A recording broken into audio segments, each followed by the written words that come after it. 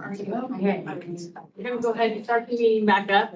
Thank you, Deanna and Nissa, for joining us, so we have a forum. Appreciate it. The Board of Sign Language Interpreters Rules Advisory Committee meeting is reconvening at 10:33 a.m. on July 18th, 2024. This meeting is being held in person and by MS Teams video conference, and is being recorded. The recording will be posted on the internet for public viewing. The Health Licensing Office asks individuals attending through Teams, keep your phone muted and cameras off during the meeting. Please do not use the chat feature during the meeting. I will now call roll. Amanda absent. Christy? Here. Lori? Here. Caitlin? Here. Natalie absent. Deanna? Here. Nissa? Here. Percy absent. Buck absent. Amber? Present. Edwin absent. Matt? Here. Okay. Members, when you wish to speak, please state your last name for the record. A public member wishing to speak must first sign in on the roster or email Carrie Edwards at carrie.edwards@oaj.oregon.gov and provide your first and last name. Public and interested parties feedback here may be heard during the public and interested feedback period. Indicate on the agenda. Everyone is asked to use appropriate language, manners, and protocols when conducting business. Meeting is now called to order. Yay! How was that? Okay, so I'm gonna go back over, what am I doing? So real quickly. So we decided that people want to go up and talk to the camera, they can. If they choose not to, they don't have to. We're leaving that open to each person. I'm gonna run the meeting unless somebody else wants to, which people in the room said no, so do that. I'm keeping notes. I sent everyone the information yesterday. I did send another attachment this morning. I don't know, I don't think I sent it to you though, Caitlin. Let me send it to you.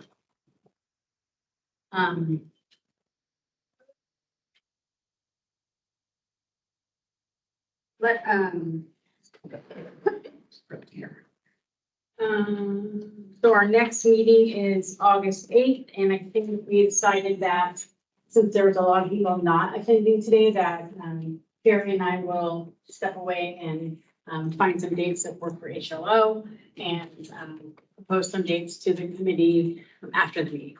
So, and I'm thinking in my mind of once a month, but we can kind of just see how it goes, and then obviously updating the board every time they do. And their next meeting is October. I think it's a little while ago. October 30th. October 30th. So I'll just be updating them as we meet. Oh, I wanted to let everyone know that there is a difference in the way HLO does rulemaking and say like Department of Education. So this feels like it takes a long time because this is the governing body that's, making recommendations to the board, and Department of Education has a standing committee that meets like every month. And so they can do rules like every month, and that's not how HLO operates. Once we feel like we're in a spot where we want to give recommendations to the board, then that's how we'll move forward, and the board will approve them, and then we'll start the process from comment and hearings. Let's see.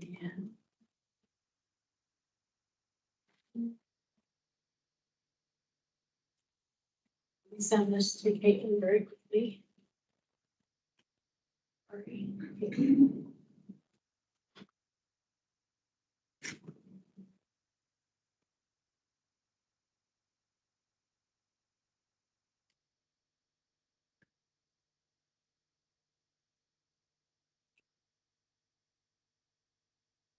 And I think you were referring to the updated draft. And Yes, that's the document that you gave up to the yes. date. So I handed out, and I sent it to everybody but Caitlin. Sending it to you now. It's different than what was in your packet that I sent yesterday. It's, and I have some subsequent, questions that I have. I went through and listened to the recording, so I have some clarifying questions that I need answers to, so. Everyone's okay with that? I'll just kind of start from the top again. Did you receive that, Jalen? Perfect. So on page 1 of that Word document, it's what is a provisional license holder. This didn't change much from what was in the rule currently. So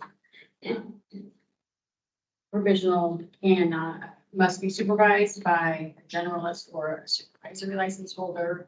Supervision can be inside or remote. There can be more than one supervisor. When we got to this portion before, Mel brought up kind of responsibility, and if you had more than one supervisor, like when does one person's supervision start and when does the other stop? So I kind of made some notes of that. We do have some examples of different programs that would have multiple supervisors, and in one particular situation, they designate someone to be the primary, to like be the document collector. So there's all kinds of different ways we can do that, but so I noted that. A provisional cannot supervise. They can't do medical or legal, can't do sign language in medical or legal settings. And they cannot do education unless they hold the education license. Their license is good for 1 year and it can be renewed 5 times. After the 5th time, no more. So the goal would be to get the generalist license of that.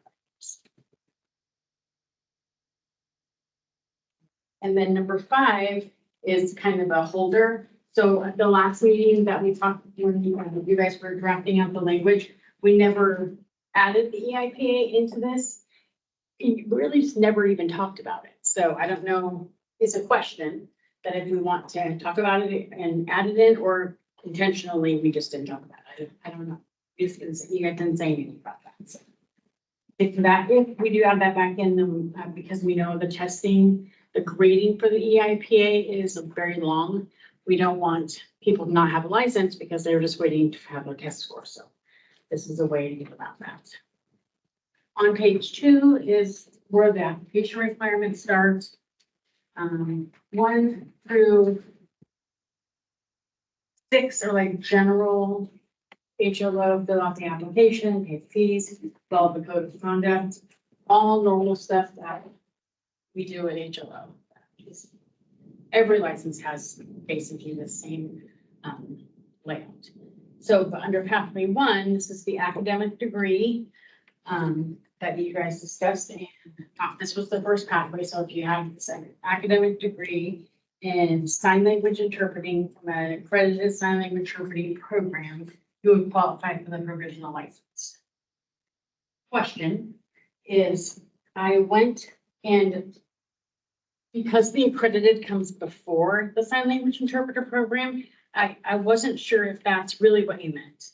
Is the school need to be accredited or that actual program? Because from what I can find, PCC and Western Oregon don't have accredited programs through the accrediting body. Their school is accredited.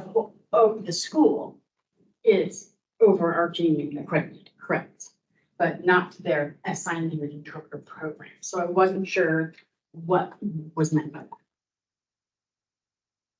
So depending on where you put the word accredited, it could mean different things. And so depending on what the rack like, you need to move that word accredited to the correct spot. So in-person feedback. Yeah, the standardized Commission on Collegiate Interpreter Education is the national accrediting body, and there's actually very few. There's only a handful of schools that are accredited. But the bigger school as a whole are accredited by the Northwest. First, I don't have it on here. The Northwest something. Anyway, is that what you meant, or does it matter? You don't need it accredited in there at all. This is Lori, and I would think that what we mean is that the university itself needs to be accredited. Yes.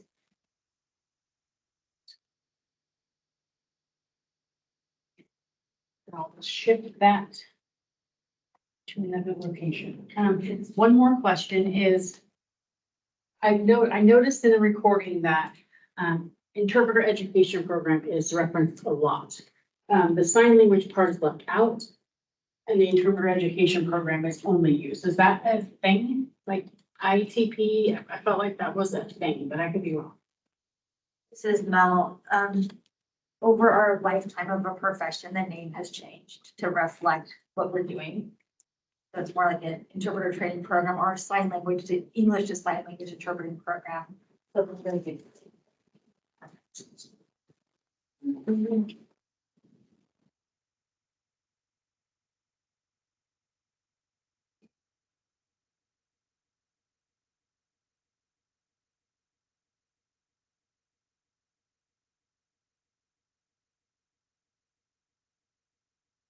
Okay. Good question. Yes, absolutely. This is Lori, and on the front page, I'm hoping you can clarify number 5, which you said was a new addition. I'm wondering why. Why is the addition? Yeah.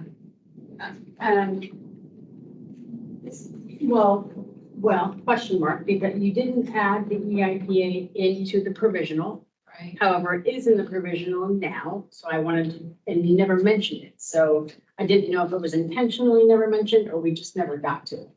So wouldn't we want to then include the EIPA as a track pathway? Correct. Oh, is that what you're trying to get at with it? Okay, all right. I took that as sort of a little bit of a penalty for some reason. I wasn't sure why. Okay, Nope. It's a question. got it. Good question. Yes. This is Christine. It seems that if we keep the EIPA as a pathway for provisional, then never mind, I'm gonna hold that thought. I'll think about it some more and I'll come back to you.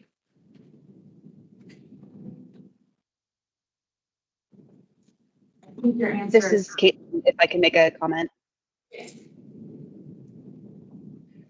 So those 3 pathways are pathways that people typically already take before they take the EIPA. So I feel like adding the EIPA is a little bit unnecessary. Hey, this is Mel. Can you hear me okay? I'm masked too, sorry. The only reason I would kind of push to keeping the EIPA in there for provisional is it is an assessment of interpreting ability and language. And it actually then, it follows up on the first page about an educational. The person has to have an EIPA to work in educational settings. And then we could also use that credential for provisional to allow them to work in other settings that are more generalized. So it take that test that they've already done and given them more areas to work in, which does, it opens the door wider, doesn't narrow it, I guess.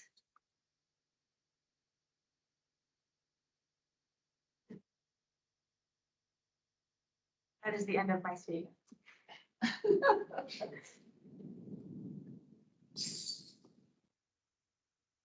So. That's fine.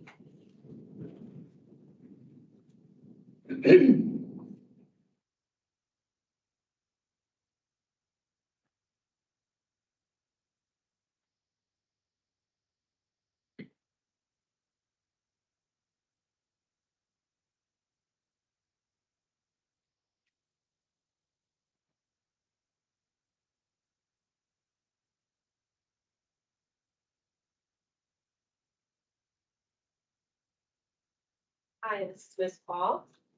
Also go by Amber.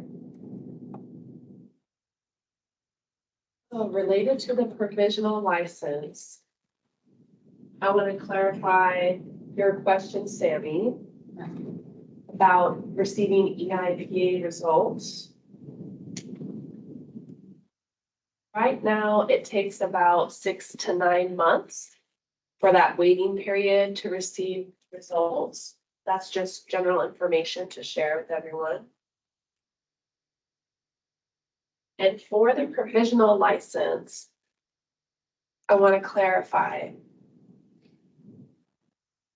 If the EIPA is included with the provisional license, I have an idea. If you do have a provisional license, would that mean you include the EIPA as well? So the provisional license holder could have the ability to work in both community and educational settings.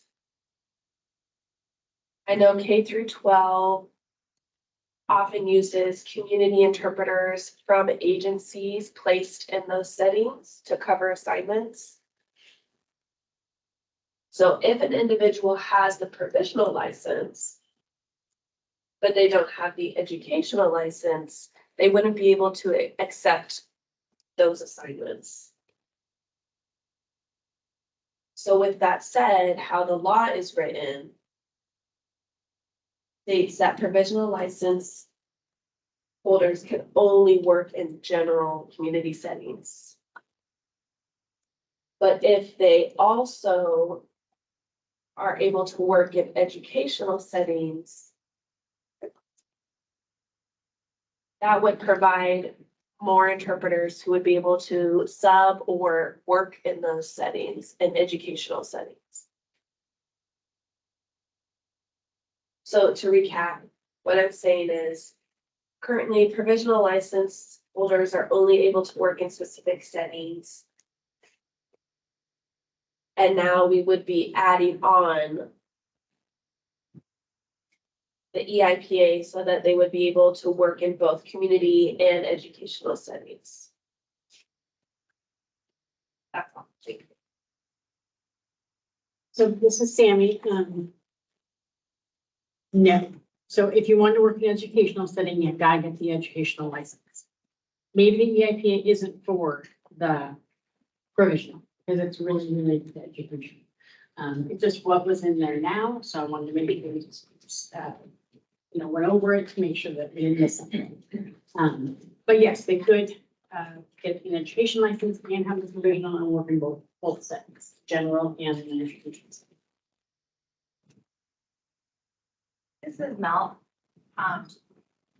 When we think about the intent and spirit of licensure law, when we first drafted it, it was to cast a wide door to allow as many people to work as possible. And if the EIPA is already being mentioned in education, and I think it's okay to put it under provisional, because it is an assessment, it is a tool that is available. And it keeps that spirit of the door being open and bringing people in. And we do have the parameters, we can only renew 5 times. So that does encourage that provisional holder to still, go after certification or an EIPA score of 4.0 or higher. I don't think there's any harm in that, but I'm not an EIPA expert. So I'm gonna put a placeholder on it, but I think it's good. My gut is saying that speaks to that getting more people into the fold, which is better.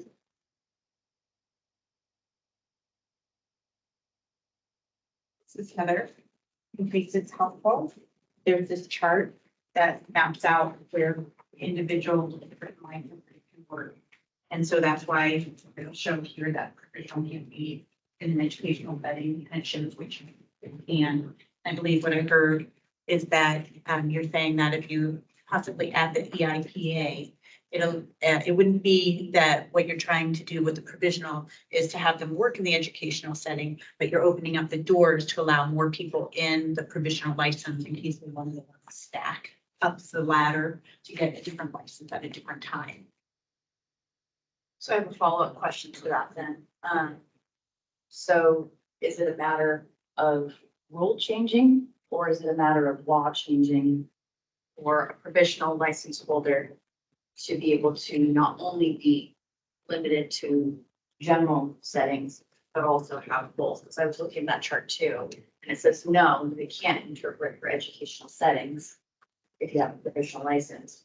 So to be able to change that no to a yes, what kind of process are we looking at? Amber, that's a great question. So that is a statute change. So that would be the legislature, not. Okay, thank you for clarifying that. And this is. This is Christy. Georgianne Hardy just emailed asking if she could get the updated packet sent to her. This is not. The current Oregon Department of Ed statute requiring a 3.5 to work in educational settings is to protect young children. And I do not support adding somebody who doesn't meet the Department of Ed's requirement to be in educational setting. Right, that is protect children. So while I hear what you're saying, I think what I'm saying is a little bit different slant about keeping that as it is. We do not want to weaken that at all. But we do want to create a pathway for people to go up the stack, as Heather said, and to work in more generalized settings. And they would still have to apply for that educational license. to work there. This is Lori. I think Amber's point is she's trying to avoid people having to buy multiple licenses and spend more money. This is Amber, that's correct. Thank you. We'll address that separately. Yeah. That's a whole nother topic. Yeah. This is Amber. I think somebody brought this to my purview a few months ago, but I believe I am the only freelance full-time interpreter on this committee. So I do have a lot of concerns for our freelancers and how that's going to also apply to our school districts, because school districts will need an interpreter tomorrow or an hour from now, right now, and a lot of certified interpreters might have their schedules completely full, but a provisionally licensed interpreter might not, and they have more availability because their work is limited. And there's a lot of factors that go into that, but that's just one of them. So my objective more is that, you know, if you're a provisionally licensed interpreter, not making nearly as much as a certified interpreter, you're not going to be gung ho to apply for 2 different licenses when you're at the bottom of the total poll, like trying to make ends meet. And I hear that. This is no. I think I'm coming from the same spirit of what you're saying. Like, I'm trying to make sure that we're being as accessible as possible. And I consider finances as being one of those accessibility aspects.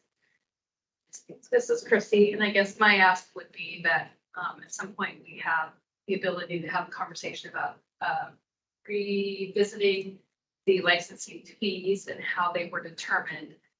I think if I have it correct, I probably don't, but it was, here's the fiscal impact of this Senate bill.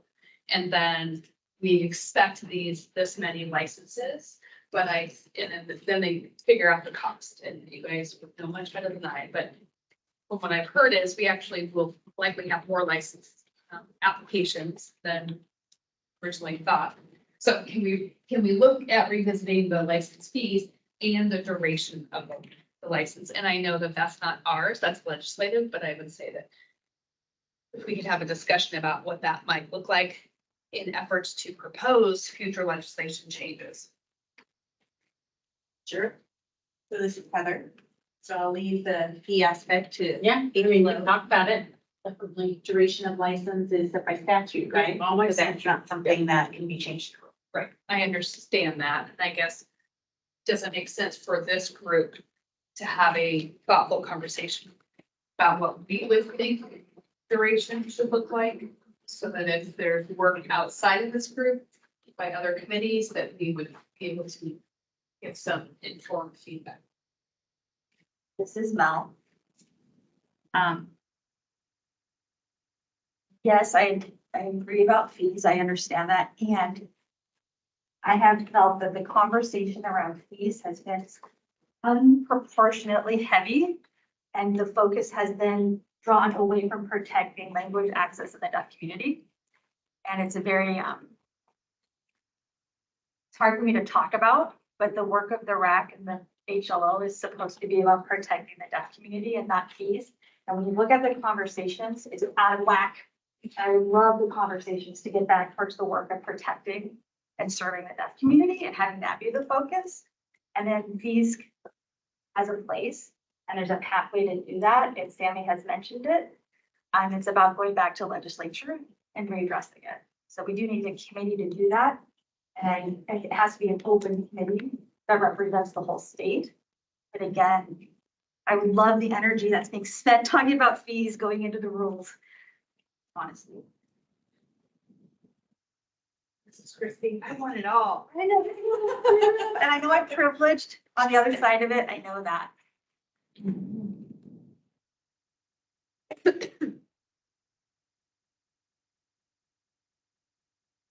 Okay. Wait, tell me what direction you want to go in. I'm leaving this up to you guys. This is Christie. I recognize that those two things are outside of our immediate control. And so for honoring your request, let's proceed with where we left off, which was a no to provisional working in educational, but adding a pathway and page 2. Yes. So on pathway 2 is the CASLI examination, but I think that this could just be examinations. Because the EIA is an exam, yeah? That's where, And the BEI is an that example. was my next, that's a certification, but to get the certification, it's an exam, so you can go either way on it.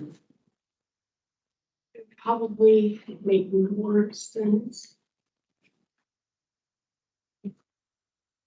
Do a couple different things. You could do it as a credential, or even reciprocity and not license in another state. Sorry, Sammy, can you go back to your last like 2 sentences? What was a credential, what was a certification versus a credential? Board of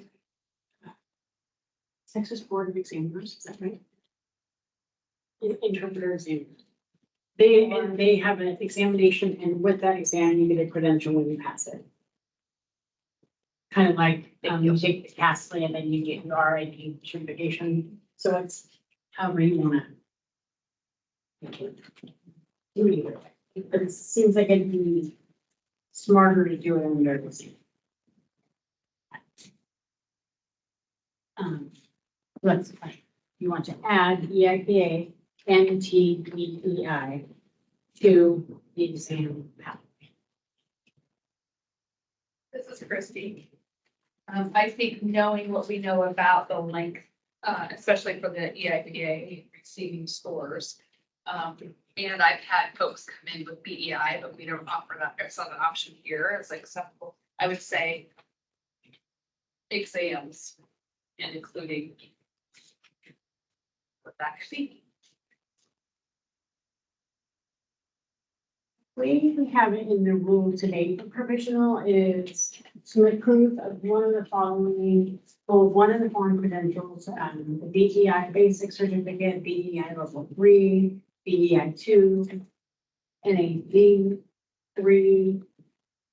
And then, so we actually differentiate. Yeah, we had to do some language, around these. One was, so some of them are certificates, some of them are exam scores. So we were keeping with how we have it now, when we do it that way. Not, it's not that I'm reading off of page. It's page 29. 29, thank you. Yes. So in your current rules, page 29. That's how it's in rule now. And which is why I brought it up, because we don't implement it at all in our new, in the new. rule.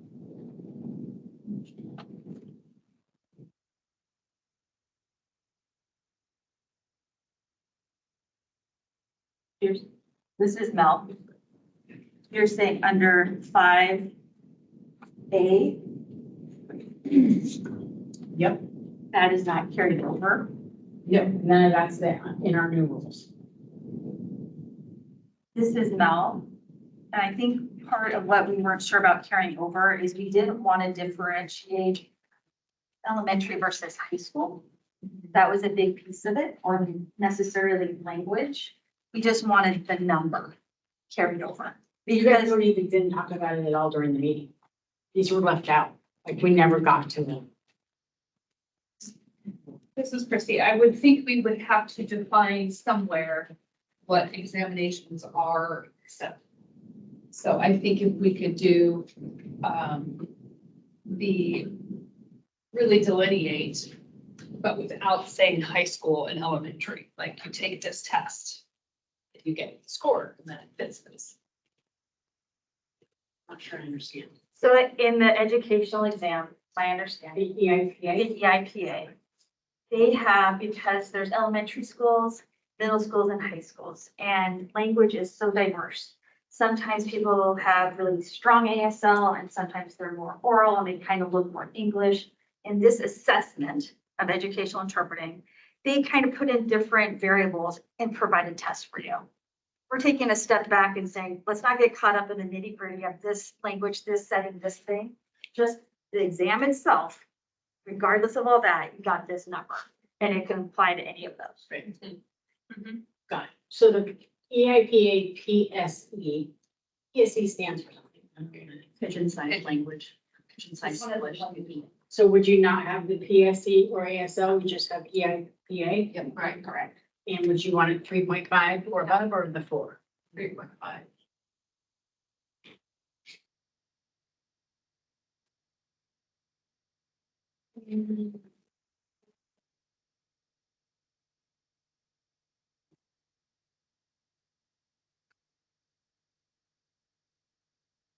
And are we thinking yes for the T? It's actually not T, guys. We're dropping the T's. It's another thing. So dropped it in there. Text is created, but it's available in other Exactly. states. It's actually Minnesota, 16 states recognize it, and it's given in 5 states. Takes 9 days to grade about, but it takes over almost sometimes 6 months to schedule. So I don't, that is, I don't know if the Oregon could be administrators of it. Hire Derek, potentially. So that's something that you could probably look at and maybe offering it, being at least having it here, spot or something. This is Christie, just a general comment. I actually tried to set up an Oregon EIPA. I mean, I know we've offered it here, but I was trying to fly someone in to administer and score. And they're like, no, we administer and then this very select few group of people score. So I think that's where you have to get the whole package. And it's not just giving the test, it's getting them to actually score it in a timely manner. Yeah, that's for this, I was talking about the T. No, I know. I'm just saying, if my thinking applies, that's where the breakdown is the qualified people to score it. you'd have to identify and train people in Oregon to become readers, which takes work. Yeah. And then the calibration and which is great, we should. Give I mean, them somebody some. did it somewhere in 5 states. I don't know if people go from Texas to there and do it, or they train people in those states. I don't know. I do have a contact person, Lori Metcalf, who I've only corresponded with her a little bit, but that I can take that other more questions to her if we have. This is Christie again, just one other comment. Feels like a potential positive or unintended consequence of this bill is that we're going to have to put some stronger systems in place all the way around, right? Programs to our assessments. And this is the interpreter, sorry, I just wanted to clarify, Sammy, you made a comment about possibly setting up, you were saying, maybe we should do a BEI testing here, is that what your little comment was? Yeah, I mean, could it be administered in Oregon? Which I don't have any idea. Thank you, I just moved that. So back to the original question. Do you want the BEI basic, not under number 5 of the current rules on page 29, the BEI basic, BEI level 3 and 2, and the NAD 3? those still relevant for the provisional? This is Mel. My understanding is that NAD3 is supposed to be moved under generalist. That is now a qualification under generalist, and then it can be removed. I think you did that. And It's not in the general listening. We put it back. I'm hoping. Out in, I can't remember now. NAD Oh, yeah. three level is on page 23 under K. Yep. We took it out and then we added it back in. So I would remove it from provisional and submitting. But all the TBE items. Yes, Under provisional. right. Page 20. This is Amber speaking. I wonder if a little bit more research needs to be done on the PEIs level 2 and 3. My understanding about the basic is that it is exactly that. It is very, very basic. But I don't know what the equivalency is for the PEI as it pertains to the RIP's national certification. So I would proffer that we do a little bit more research on what the equivalencies are to make sure that we're writing this as accurately as possible.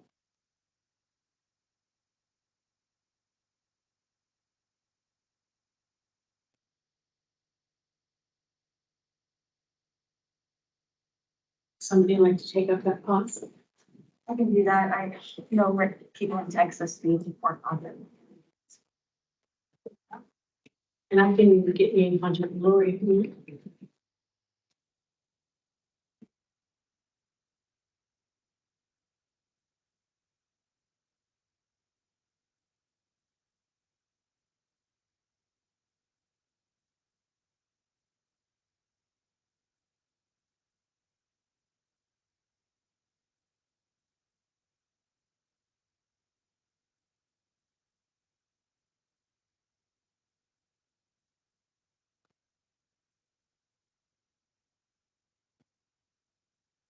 Okay, perfect. Right, put them in here as placeholders, or with the note that there's some new ones on, how basic is, what's in the level 2 and the 3, and then how they align with, the castle. Each of those. Alright, so, print. And Mel's taking that on. Okay. This is looking good. Yes. Looking back and forth to different documents. Make sure I don't forget anything. Okay. So, just wanted to circle back to the top of, pathway 2, that in the meeting, you guys talked about the Castley and the 2 parts. And then there was conversation about how it was previously written in 2000 and then things were sorted out. So I did that research in somebody before 2000. It was the NIC knowledge exam, which is what it is now. And then the CDI knowledge exam it's called the CDI bridge plan. So if you've taken the CDI knowledge exam, which is no longer, then you also have to have taken the bridge plan. Next, which are equivalent to what's the exam now.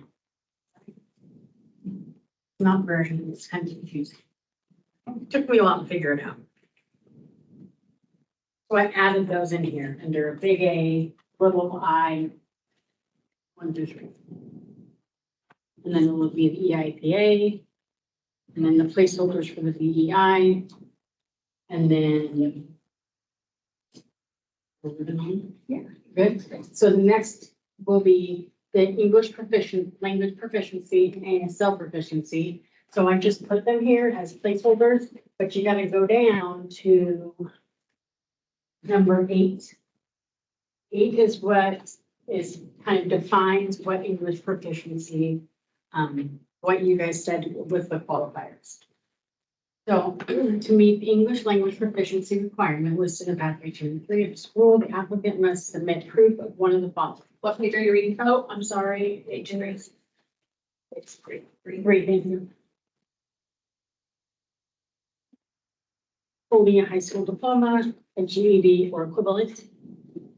Having passed the Duolingo English test with a minimum score of 118, and having passed the test of English support language exam with a minimum internet exam score of 80 or a minimum paper exam score of 550.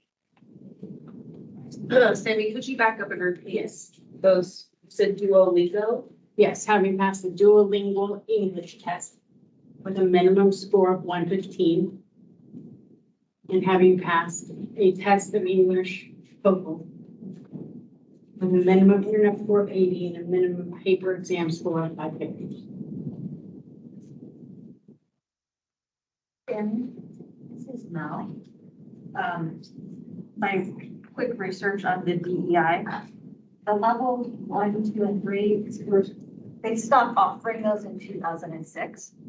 So if anybody, those are really old. Say, please go back, say it again. They stopped offering level in 2006. Moving forward, all you have is basic, advanced, or master. So.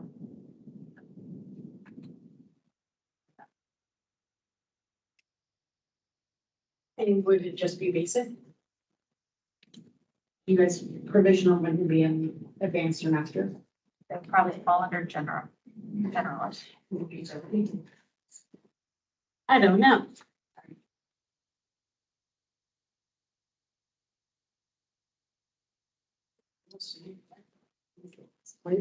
Is there a reason why somebody may have that? Remember, Mel, you called me about this on the phone. I'm good like that. Wait a minute, what about? What if? You have a comment? I'm just, this is Christy, going back to the holding a high school diploma. Do we need to be as specific as to say from the United States? Because then the next one go into the Duolingo. Is this DUO lingo? Yes, DUO lingo.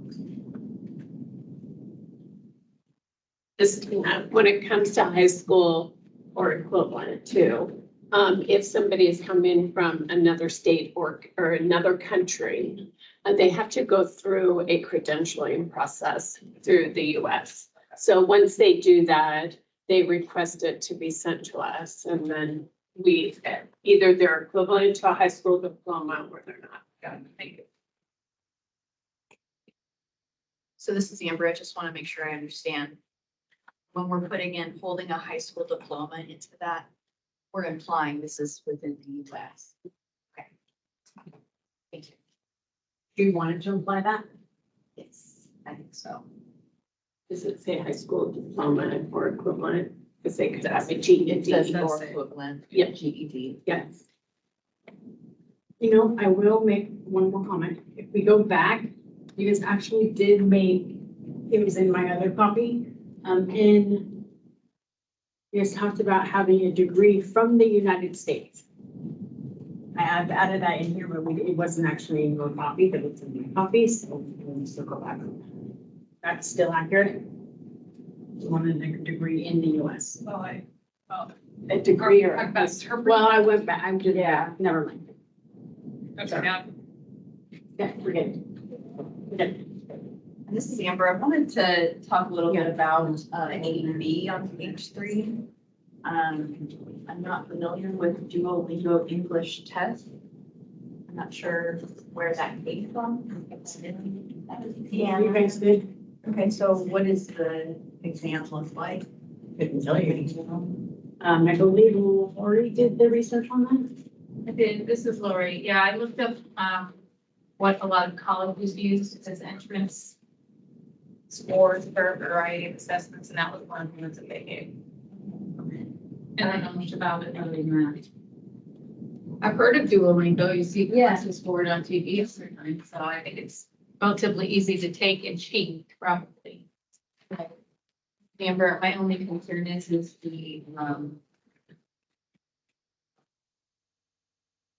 security and the validity of the test. I don't know much about it, so I'm just wanting to make sure it's not just a test you're taking on the app on your phone at home, where you can still research the answers. So that's that's my concern on that one. I just don't know. That's fair. Get up right now. Let's see, so, the, HCI, the healthcare interpreter group, they've already done some research on this, so on page 49 of your packet, they have, sign language proficiencies at the top, and then an approved language proficiency test, and then English language proficiency. This is how people can demonstrate that. And they've got several things. That was what page, Sandy? Page 49. Thank you. They do not have to do it on here.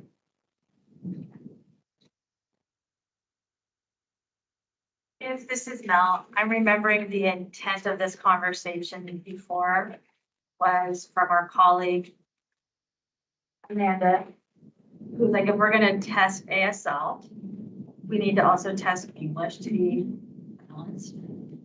And then we also had a conversation about recognizing and wanting to have space for our trilingual interpreters who English might not be their first language. But we don't want to make it an additional financial hardship for them to have to take yet another exam where the people who are here in the United States who went through our educational system don't have to pay another fee. I think some of that was part of that conversation. And again, this is 3 people in the state of Oregon currently that are trilingual. But they also have their certifications. People down the road. I don't want to make that more complicated than it needs to be. This is Nessa. I want to echo what Mel says. Being a CODA, my first language is not English, and so for me, it seems kind of ridiculous if I had to take the English exam just to prove that I can speak English as well. And so I want to echo what Mel said. I don't understand how that correlates with what you said. Help me. If somebody does not have, what is it, the Duolingo, like if we're doing, so what we're saying is somebody did not graduate from high school, right? And they're gonna have to go this other pathway. Well, they just have to, you guys are gonna determine if you guys think that it's necessary for people to be able to be proficient in English, what are all the ways that they can show that? Yeah. And HCI has several ways, which we could just still be like. Or we could stick with this list. I don't know how they do this. I don't know if Laura's still on here or not. Let's see her anything. I'm here. I just don't have much voice today. This is Laura. Hi, Lauren. Hi, sorry, my voice is not very good. I'm happy to answer any questions, so. Thank you. I would have probably some hesitancy around Duolingo. Thank you. This is Lori, not personally attached to, nor really care about Duolingo, so it will not hurt my feelings if we decide to knock it off the list. This is Deanna. So doesn't the GED and the high school diploma prove English proficiency?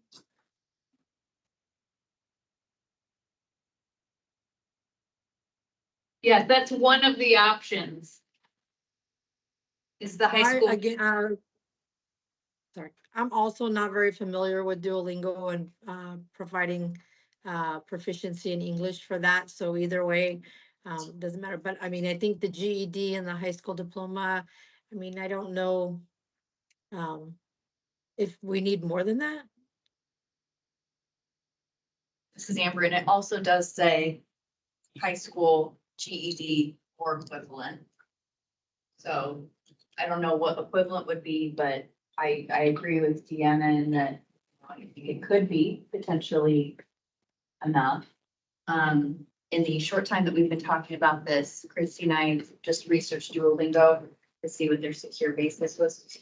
No, I took it down, but it has a recording that's happening while you're taking the exam.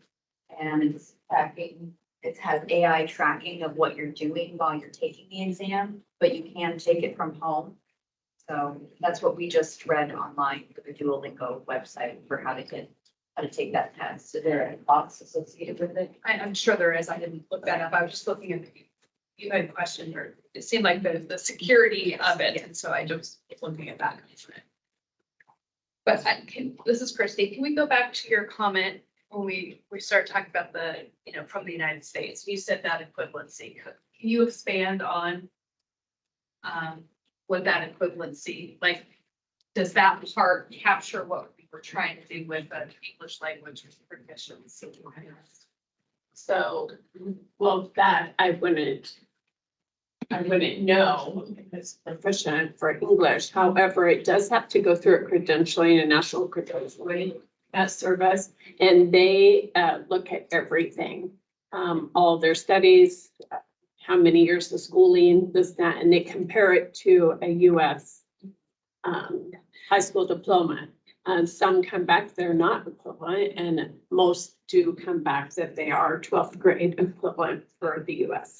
So this is Christy. So that's really looking at your whole academic content, not your language proficiency. And then we go back to the original point, which is if we're measuring this, we need to measure this because interpreters put out English as well as ASL. So I would say we do need to have some sort of assessment there. So just so y'all know that Duolingo is $59.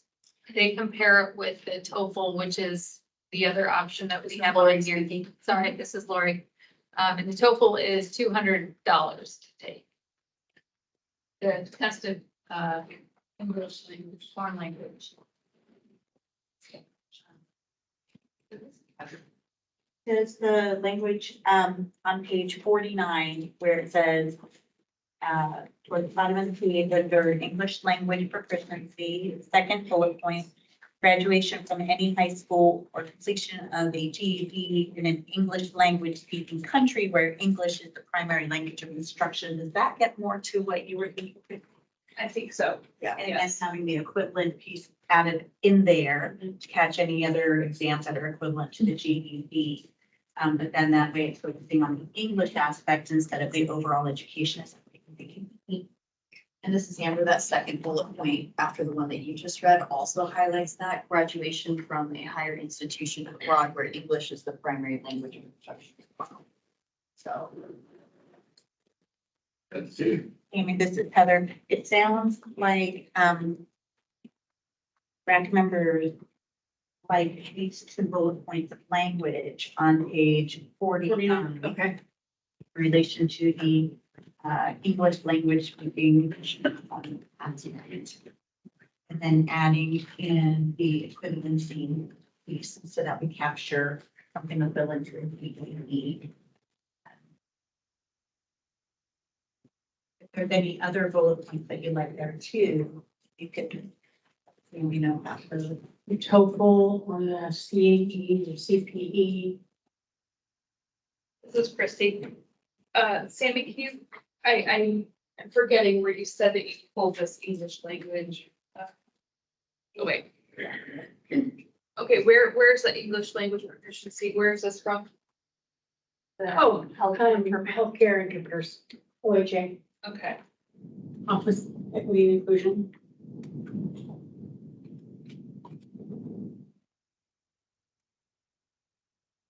I don't know enough about the other ones. I guess I would say, assuming someone did their homework here, right? I think that's, but we don't necessarily want to assume that. I'm happy to get with Edna and Laura and kind of pick their brains on how they came up with this. This is Mel. I think this is redundant. And it's when we get assessed for interpreting, they are assessing our spoken English as well through RID and the EIPA. And this is that initial gateway to get people in. And when they go for certification, that's gonna be another layer and another thing that they're gonna have to pass. So I think having the degrees going through high school and then, and now that we look at the price for Duolingo and its equivalent, I say we keep it because it's $150 cheaper and people in our community seem to be very upset about fees. So I would suggest keeping that as an option. Because again, it's gonna be assessed again because we have to take a very robust knowledge exam that is in written English as well as a performance exam that assesses spoken English and sign language. So there's gonna be other opportunities during that stack to get that assessed. So keeping this broad seems good as a provisional entryway. Just the two bullets. That's what my question was made. So can you just clarify again one more time, which two you want to keep? Well, there's what Mel wants and then there's what Amanda wants. My name is not here, so yeah, it's you list, but no. What were you just trying to say? Like, keep it broad, so a high school. This is now high school diploma, GED or equivalent. And You want to keep the Duolingo test as well? This is Amber. I'm not opposed to keeping the Duolingo test at all. I want to make that abundantly clear. I just want to make sure that I have an educated and informed decision about what that will look like. Frankly, I don't think that that's going to be the primary means of obtaining it. And I'm all for making it as accessible as possible, but I just wanted to make sure that we have an educated decision moving forward because I don't remember there ever being any discussion about Duolingo in any prior meeting. So I just wanted to bring that to the forefront of our conversation. We just talked about for about 30 minutes at the April 10th meeting. As I'm pretty I was gonna say, I think it was at the meeting that you couldn't attend. Amber. There And it is. I guess one question that I had was it basically, couldn't you make it like, instead of an and, like RID and EPA, or making it an or? Yeah. As an option, but that makes sense. They are ours. yeah, Oh, okay. yeah. That was carried in the same.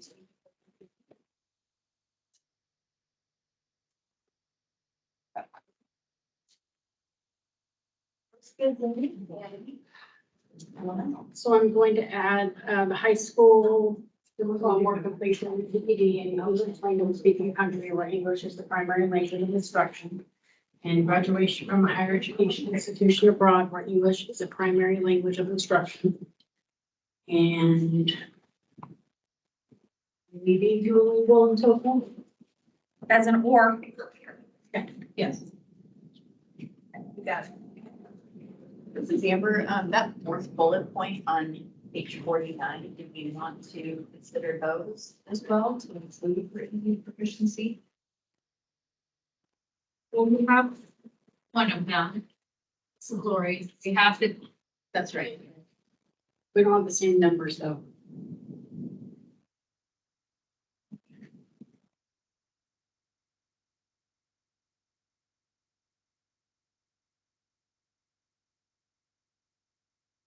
we can change it to 570. It's probably one question difference.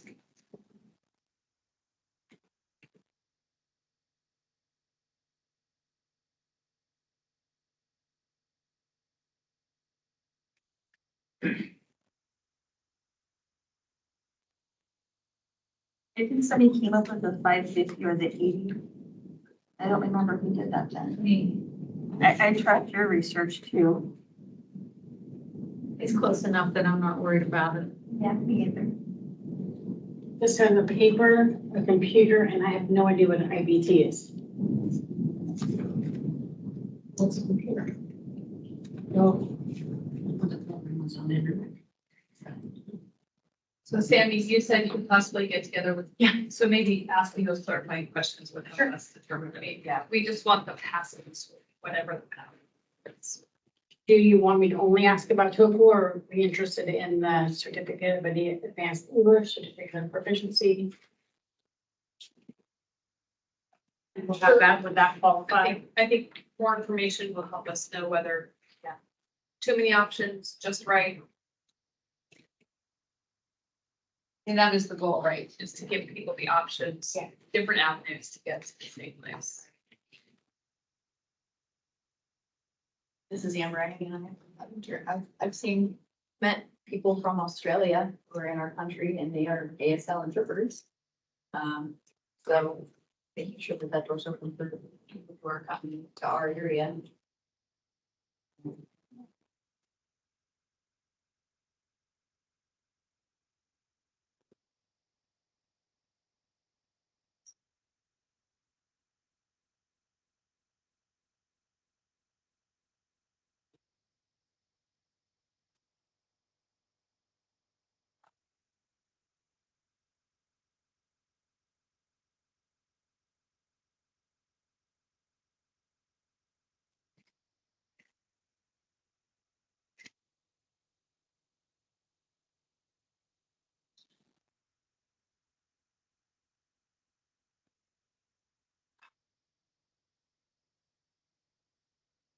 It's just a minute.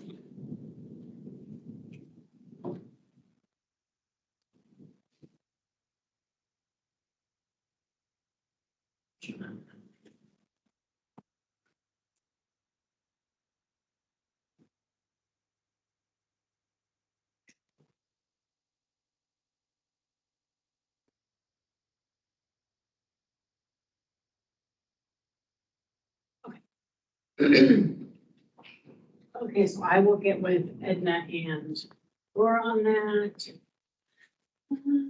So then the next one is to meet the ASL proficiency requirements, same concept. First question is, 2 years or 24 credits. You guys kind of went back and forth and then, and it had to be 200 level. And then you thought that 2 years of school was equivalent to 4 years of high school.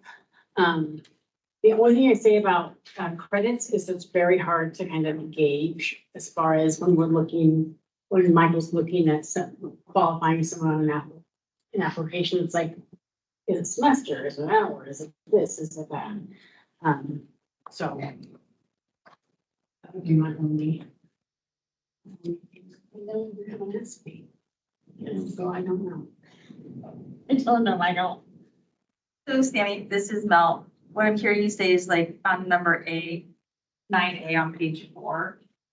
Just say 2 years of college level education or coursework and keep out the credits because one college could be a semester, the other one's gonna be a quarter and they're one off. That'd be my recommendation. Yeah. You guys know. Yeah, these are questions that come up all the time, so that's why I not ask them. And, we added in the 200 level because that was important in the conversation and the 4 years of high school. And then here's where you guys added in the SLPI and the ASLPI.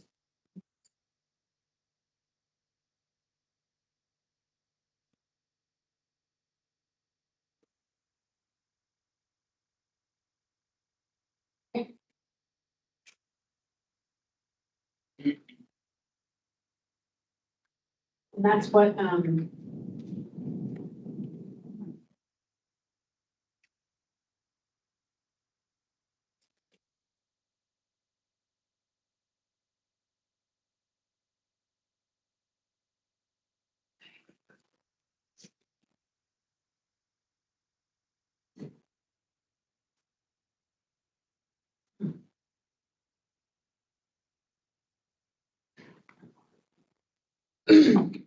everyone good with that?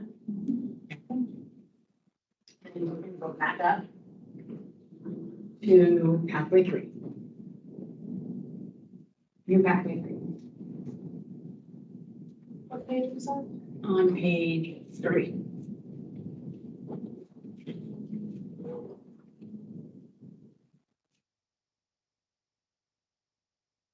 Okay, so pathway 3 is education and training. My first question is, when I was researching through the casting, kind of what the requirements are to take tests, so they get already certified. They talked about, and this came up in the last meeting, but it came up in an odd way. And so I want to make a correlation here that education and training is different than education and experience. Or the same, and if they are, we need to say that. Because there is definitely an alternative pathway for people who don't have education that come through experience. And I don't know if that is for the provisional, maybe that's not something that provisionals do. So that's why we don't mention it. I just wanted to make sure we know. This is Mel. And I thank you for asking that. I think that education and training, as it's listed out here, correlates with the RIB alternative pathways. Because it's workshops and training and work experience. And then we have don't we have an educational one here that is about a degree pathway 1 is academic. So that addresses that and differentiates to me the difference of what you're talking about. Am I not understanding the question? And then you're on experience, I'm talking about experience. So I'm working, You have no. I have a job experience and not education or training. Right. It is generally what I gathered how a lot of deaf people qualify.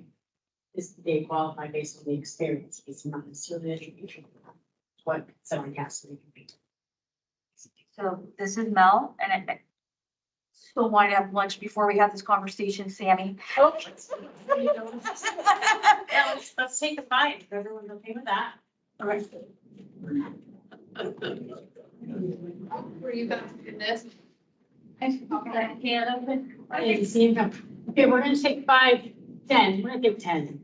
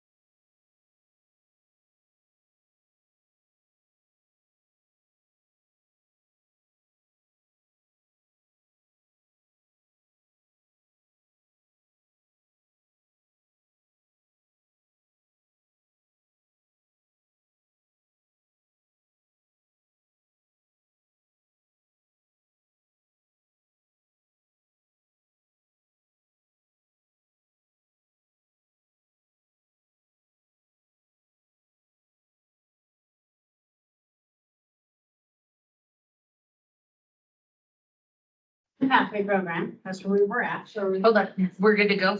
Yeah. Okay, go ahead. Oh, okay. We're good.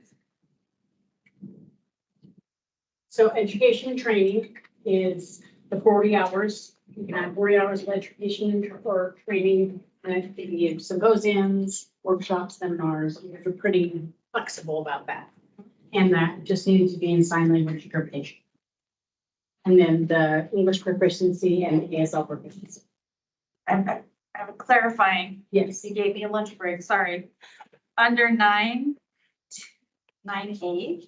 we adjusted it to 2 years of college level education at the 200 level.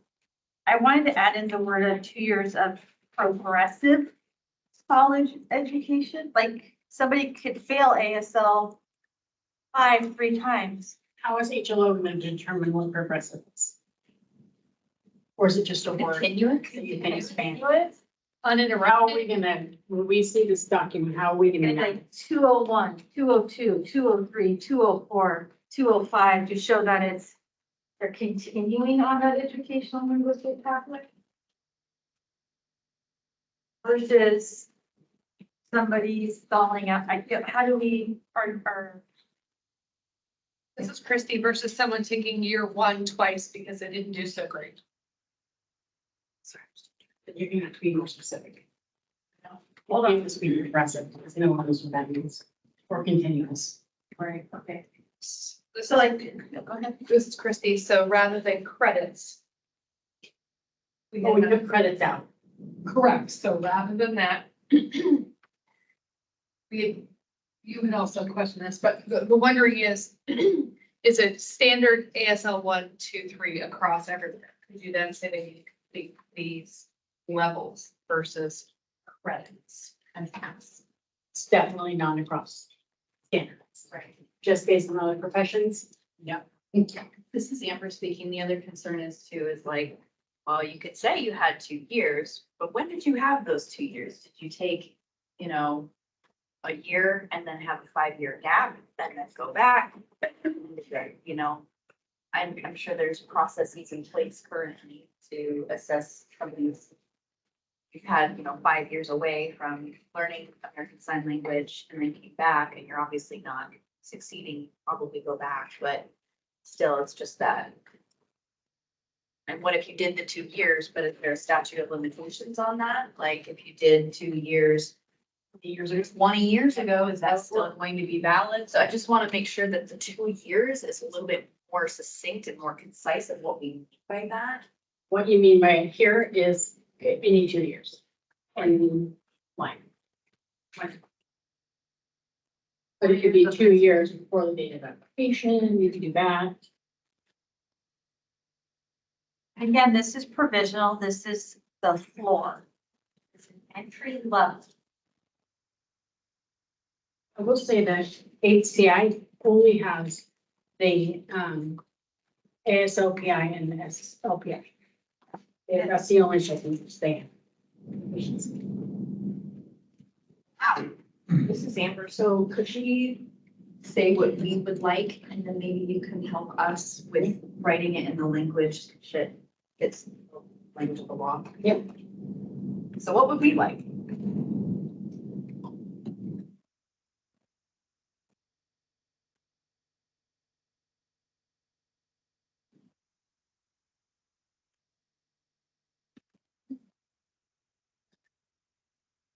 This is Christy. So going to page 49 in regards to the English language proficiency. When they talk about one of the tests, they say no more than 4 years old to be considered valid. So they use that thinking, what would the language be? 2 years of college level education within the fill in the blank. One question, are you putting this timeline only around this education or around the exam and testing as well? I would both. And then you become more limiting. Yes. You start boxing people I in. don't think, this is Lori, I don't think we want to say the education has to be within the last 4 years. I've got 60-year-old interpreters who. Yeah. Were educated a long time ago, but. This is Yeah, Amber. but they have their educational license, because. I'm sorry, could you say that again? This is, no, they'll have their educational license, right? Because they Right. have the EIPA. Yeah. Which is about some regional. And we're putting the EIPA in here somewhere. But I think the more of a timeline we put on it, the more restrictive it becomes for people. This is what we're Yep. trying to avoid. This is Caitlin, if I can make a comment. I would like to just emphasize this is really going to harm rural communities of their community interpreters who mostly do K-12. And they took that EIPA a long time ago. They've had continuing education. And if we say it has to be within the last 4 years, that's going to remove a lot of people from the interpreter pool. This is Christy, so maybe we're really back to defining that continuous for credits. Maybe that's why we landed on the credits bubble.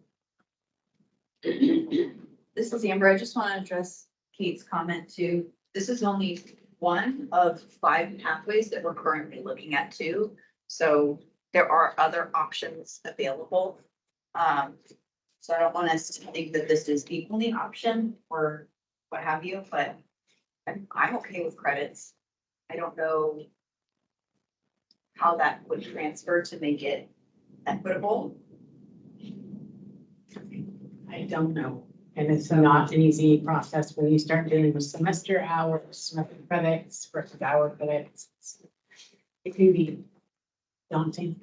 This is Amber, and my concern with, Having it be, well, you took it and that was a long time ago, is people know the phrase, if you don't use the language, you lose it, right? And so my intent in putting in any kind of like timeline when it comes to that is to ensure that the people who are not, going into this is like, oh yeah, I took it back in high school 20 years ago and now I fulfill this requirement because there's no timestamp on it. And now I'm gonna go and enter wherever. So again, going back to, making sure that I want to make sure the door's open, but I don't want it so wide open that now we have a situation on our hands that we're putting unqualified people in positions that they shouldn't be in. This is Lori, but remember, we're still looking at the lowest level of interpreter. We're still looking at provisional, and these folks still have to have a supervisor who's going to be monitoring what they're able to do, what they're not able to do. Which we still haven't defined yet. No, we haven't, but so PCC's ASL, This is Mel. this is Mel. Sorry, give me a second, sister. ASL 203 is their ASL 6. And Westerns, I think ASL 204 was their ASL 6. So we could stay up to a specific number. So it's not. The 206 or 200 level is what you're saying. It's the other states. If they went to school somewhere else, because more than half of our licensees have an address outside of Oregon.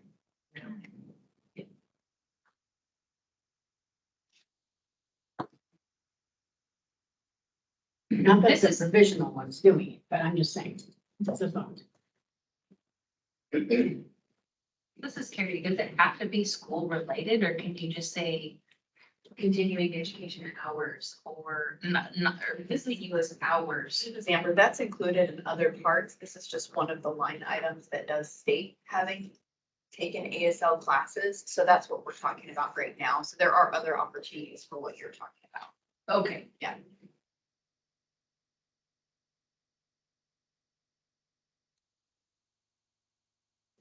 We need to, this is Amber, do we need to table this to do some research on this? this is Christy. I'm looking to the experts. You are the ones who hear or get the phone calls and the questions, and then you're having to dig deep to figure things out. What might you recommend for language in this? 2 years of college and education. 2 years of college. Yeah. Without any date on it. I mean, in other circumstances, we might recommend a date, but when you have a new board and new group of licensees, try to swing the door wide. Like for cosmetology, you have to do things within 2 years of day of application. That's just the way it is. But when you get a new program, sometimes you gotta open it up a little wider, and then after a few years, then you tighten it up a little bit, so. This is Tina. Just from being in licensing for so long and looking at all these boards that we already do, this is a provisional license. It's kind of like a training license. You make it as easy as possible for these individuals to get in. They can only have this license for 5 years, and they've got a lot to accomplish before they can move into another higher level within that 5 years. So make this, I mean, you don't have to make it just simple, but make it as easy as possible, because they're in my time here, I've seen people weed themselves out after so long. Body piercing's a huge one, and I brought that up once before. We put the limits so high on them, they couldn't find a supervisor. There was none. We had complaints coming in here every single day. We had ended up having to lower the hours after a couple of years because, I mean, the amount of phone calls and upset people. I mean, if you can't, and that's another thing, if you can't find supervisors for all these professionals you got coming in, it's gonna be even bigger problems. Right? This is Mel. The only other thing I would say is, like, I think the standard is, like, we top out at most colleges across the country at ASL 6.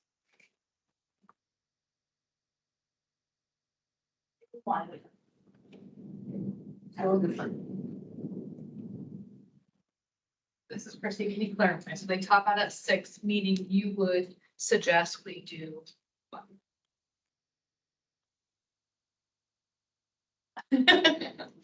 Keeping it, passing ASL 6.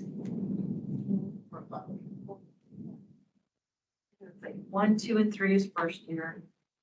4, 5, and 6 tends to be second year. Whatever that numerology looks like, it tends to follow that pathway.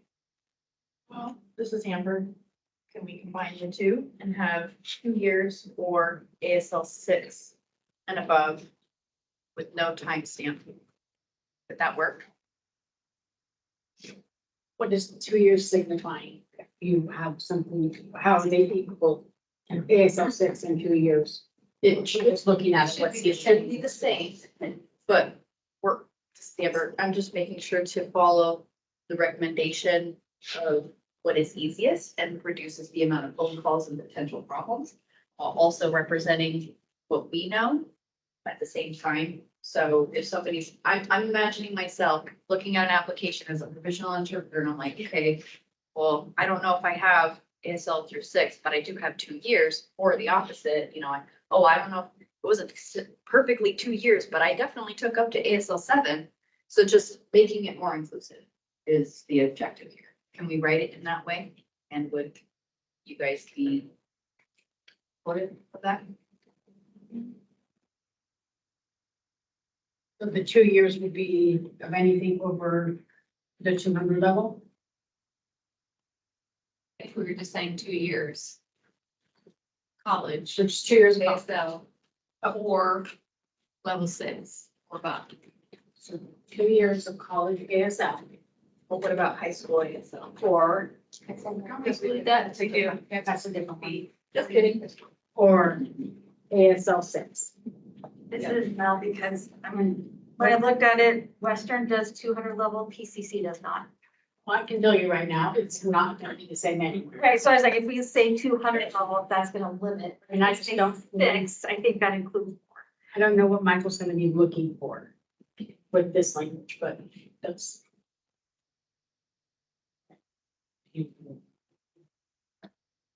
A transcript that's. Yeah, I mean, it's a transcript page. What's it? What would it say alternatively to the ASL 6? I'd say 203 would be a 6, I think. at Western, I think, but I don't know that because I didn't keep that page. I'm missing something here. I think I am missing something. So if I am a student and I've taken 2 years of ASL, and I can show you transcripts showing that. And Tina has taken whatever and also did ASL 6. Is that just one course? Like, I don't know what that means. ASL 6 is Stanford, so you would have to take ASL 1, 2, 3, 4, and 5 in order to get into ASL 6, which is something we all know and we're realizing you don't realize, but you can't get into ASL 6 unless you've taken ASL 1 through 5. And by having taken ASL 1 through 6 and completed all 6 courses, that would be an equivalent of 2 years, is what Mel was explaining too. You take the first 3 classes in the first year, and then the second. Tina, I have a question. On the transcript, does it say ASL? I mean, what is it? It'll say Oh, ASL. okay, so, I mean, I guess to me, it's like, we get transcripts every single day. You have a bachelor's degree in this, you've got a master's degree in this. So if you have 2 years in ASL, why does it matter for all the other things you're saying? Why can't we just take the 2 years ASL? They would have some kind of a degree, right, or some technical. No, Not necessarily for No, that. just degrees of 2 years ASL. No, because say if you're taking ASL 1, you pass, you take ASL 2, you pass. And then you don't pass, you have to wait a year to come back around because maybe it's not offered again, and then you're taking 2 again. So the academic year will show that you were taking ASL 1 year, 2 years. You actually didn't pass ASL, you didn't progress down the linguistic coursework. So once you fail and you have to go back, it's not showing the level of language fluency that we are hoping. When you say 2 years, we're thinking you progressed to 6. That's the implied meaning for us, is that you actually passed up to ASL 6. There are people that don't pass, of course. And if they're turning in a transcript and you just see the numbers and you're like, yep, started here, ended up this year, that's 2 years, you're missing potentially that they didn't go to ASL 6, which is the progression of language development and fluency. So we're trying to, that's what we're trying to avoid. So at the last meeting, you said 4 years of high school, global ASL was equivalent to the 2 years of college. Now, this is just for a piece of the other pathways. And again, this could be why HCI didn't do this, right? Because it's hard to quantify. This is Mel again. I think part of the reason we wanted to do the college education was to get away from spending $150 to take the ASLPI. You just spent all this money on college coursework. You just graduated a program. And then now we're saying you have to take another language test that costs some more money. And so we wanted coursework to count to avoid that. So you said graduated program. That's a different. They graduated from a program, they come through a different pathway, they don't need that proficiency. Or that they, see, like they, Are you combining pathways?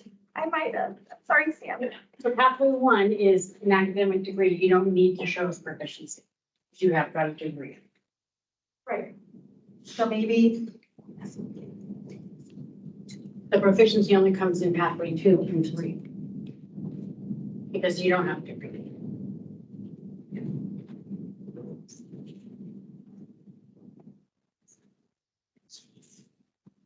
Come on, Mel, get with it.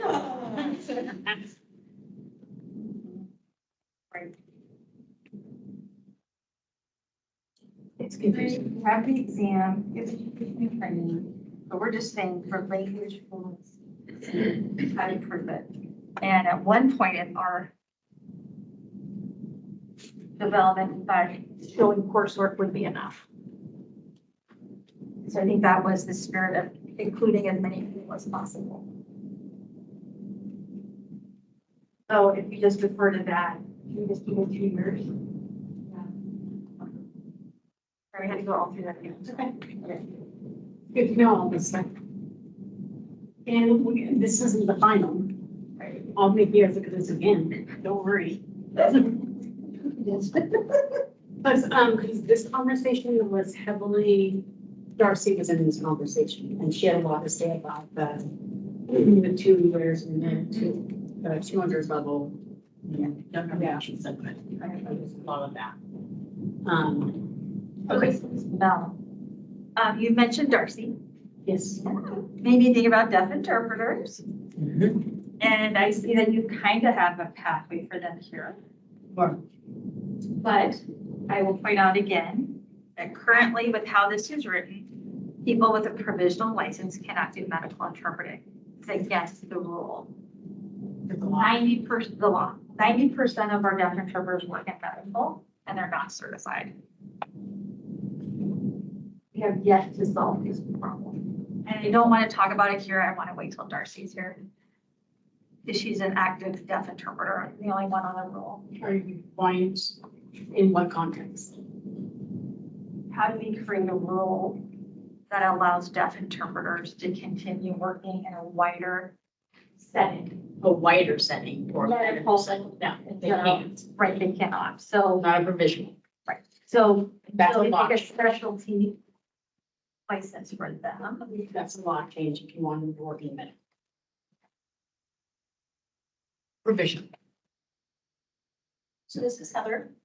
So I think that discussion may happen when you get to the medical legal licenses or the supervisory, that type of, how do we get them into that one? And then maybe that filters down whether you want them to be also be able to get a provisional. Because maybe there's someone out there who, you know, is at the provisional level, shouldn't be working in medical, but they still have this background and experience that they should be allowed at the provisional. So it may be that you look at it in those contexts for those licenses, figure out what qualifications they need for those licenses, and then go backwards and say whether or not you also want individuals with experience to be able to get into a provisional license. This is Melvin. From what I'm understanding, Sammy just said though, currently how the law is written. I believe it says you have to have, is it just a medical license? You have to have a supervisory or generalist and the medical license. What Heather, I'm understanding is when we get to those topics, we can look at is the linguistic life experience of a deaf interpreter could be an additional qualification to qualify for those specialty licenses. Do you want a pathway for that? We gotta get the other two, one of the other two first. The generalist. Say that out louder. They have to get the generalist or supervisor, and then they attach the medical to it. So once you get supervisor or generalist, there might be a pathway of experience to get that license, and then when you get to medical, there might be a medical pathway of experience to. Just like if we have pathways here, we'll have pathways there. This is Mel. I think that is more clear and to do than to get a specialty license for a deaf interpreter. It's a different question. This is Christine. When you say specialty license, are you saying demonstrating an alternate pathway to get to the license? Or are you saying for a great special license, that would have to go through legislature because it's not included in the bill as it stands now? I think the board has the ability to create a specialty license. Yeah, they do. But the thing with the specialty license, is it has to be attached to the baseline license.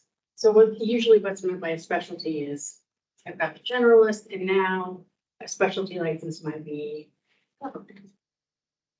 So, but you still have to have all this baseline stuff to get this new specialty that.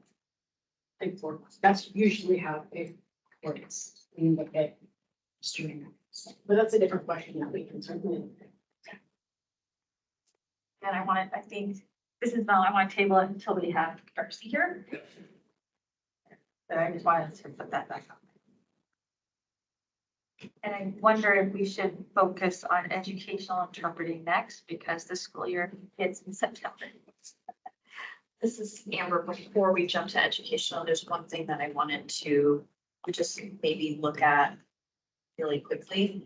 If we're looking at page 4.9C and E, can you just combine those two to say American Sign Language Performance Interview and Sign Language Proficiency Interview all in one?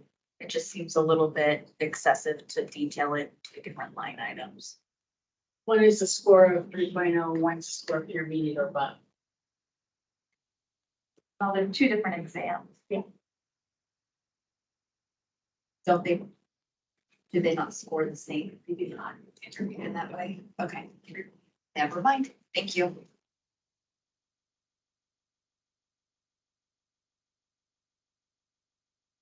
So are we keeping just 2 years for the A on that and we're just leaving it like that? Okay.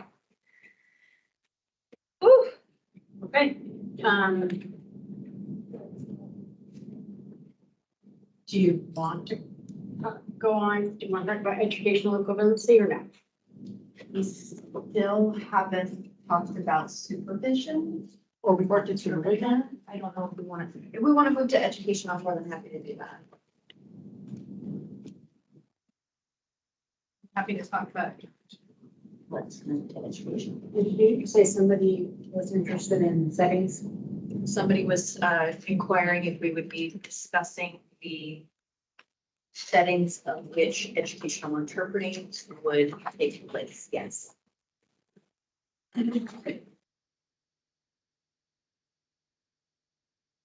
This is Christine, to expand on that, do you mean like at a school-based health clinic, a counseling appointment, FAFSP, IEP, all is considered a legal, all of the above?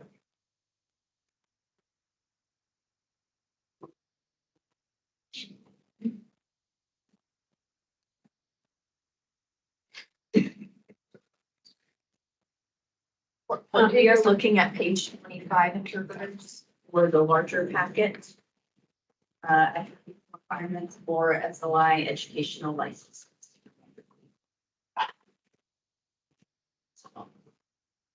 Talking about the license or the setting or both? The setting will come up through the conversation.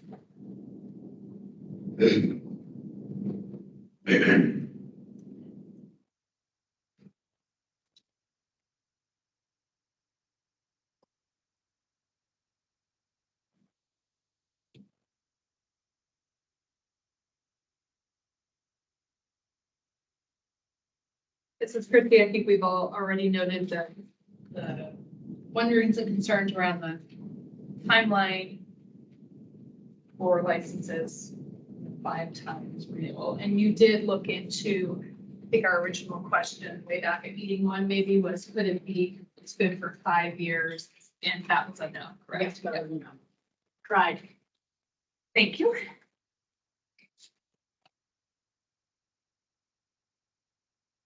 This is Mel. Is educational settings defined by ODE? That I'm aware of. Okay. I've never seen it, but that doesn't mean there isn't like a 260-page document that I have not looked at. There isn't. I mean, there can be. Say that again. What was the specific? I heard something about educational defined. Are educational settings defined? Not in our rule. I can go see if it's defined somewhere in the OARs, but let me go look. I'll get back to you. This is Christy. I'm wondering if we're using settings in a variety of ways. I think there's the pre-K through 21 educational setting.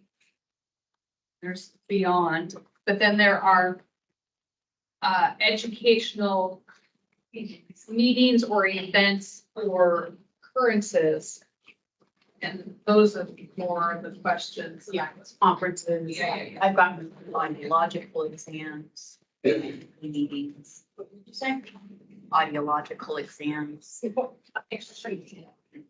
This is Lori, it's technically medical, but it's. If DHS comes into the school and needs to potentially remove a child from the home, educational interpreters frequently will tackle that communication. Is that considered educational, or is that considered general or legal? IP meetings are legal events. Should that continue to be considered an educational interpreter role? Schools, health clinics, all great questions there. You guys have the answer. As one who runs, this is Christy, as runs an educational program, all of that makes me want to run screaming from the room, thinking about. Getting a new interpreter for IEP meetings than the 12 you got sitting in the other room.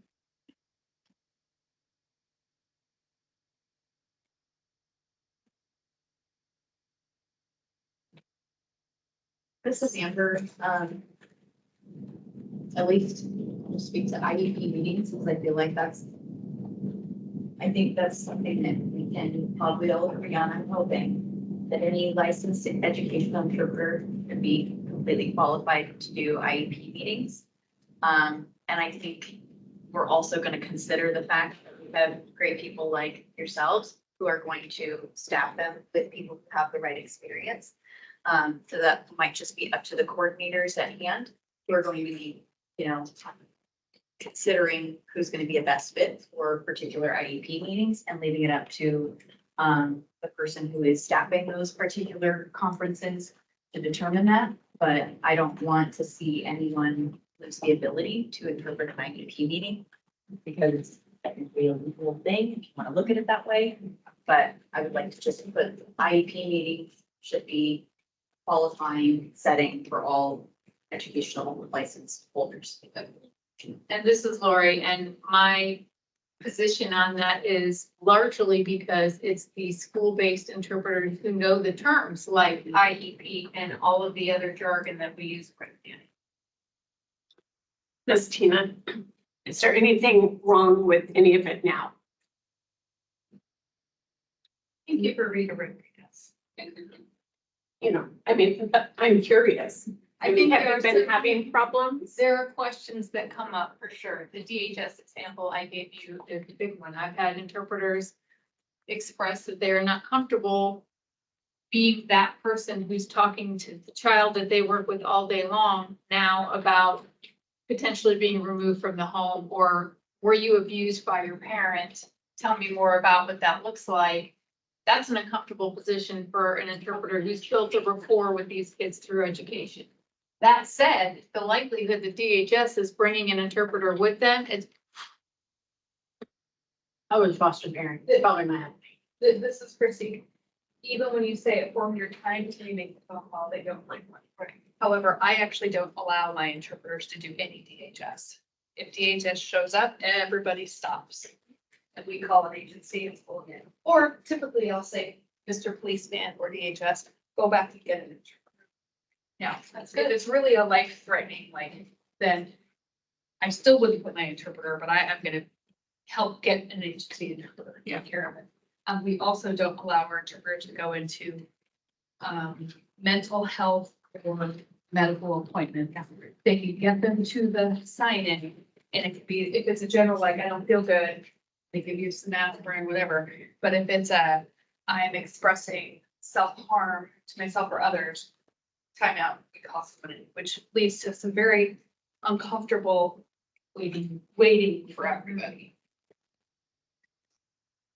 And that's for like mental health? Different than I need to check in, like a school base, I need to check in, check out every day because I become dysregulated.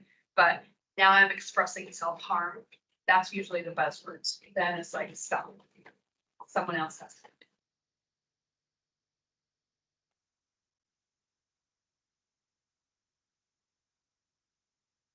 I have a lot of thoughts. So none of them are intensive, but we are curious. We're talking to the two people in the state who have the biggest resources of interpreters at their disposal through agencies. So I want to just make sure that we think about the rest of the state as well. Absolutely. that was available for them. I think all of what you said is still true, but also like just recognizing that piece. And then the IEP meetings take all different shapes and sizes, from just having a deaf child present to having deaf professionals present to having a deaf expert or deaf parents come in. And as a coordinator, depending on all that, I would choose a different interpreter based who is attending the meeting and all of that. There's some interpreters with educational credentials that I would not put in an IEP meeting. Yes. And so just putting that out there, that it is still legal.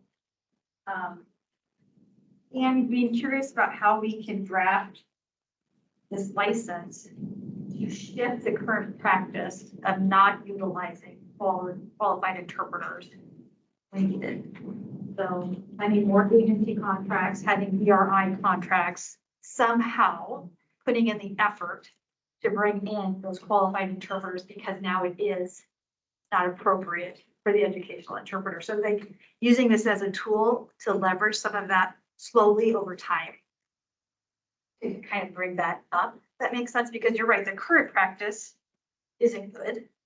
So then how do we utilize this to shift it a little? I see your face, Amy. So I will defer. Well, my first question is why, I mean, I know that IEPs are a legal thing that schools must do for kids that have certain situations. But kids are also by law required to go to school. So what makes that part legal opposed to something else? Is it just because? Or? Because it's a legal document that they're creating and repeating, I guess. This is Mel. It's the tool that parents use to sue the school district for non-compliance.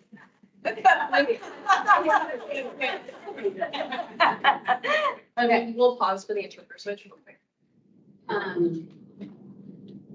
But you're right, it isn't, I mean. This is Heather. In the IEP meeting, are the terms that the interpreter would need to know, are they more pertaining to educational terms? Perhaps are they more pertaining to legal terms and For sure. I will say, Farmer Ed does have some definitions that you might need to utilize. But it could become more, I mean, obviously, we're looking at if it becomes more restrictive. Because some of the questions I've gotten are,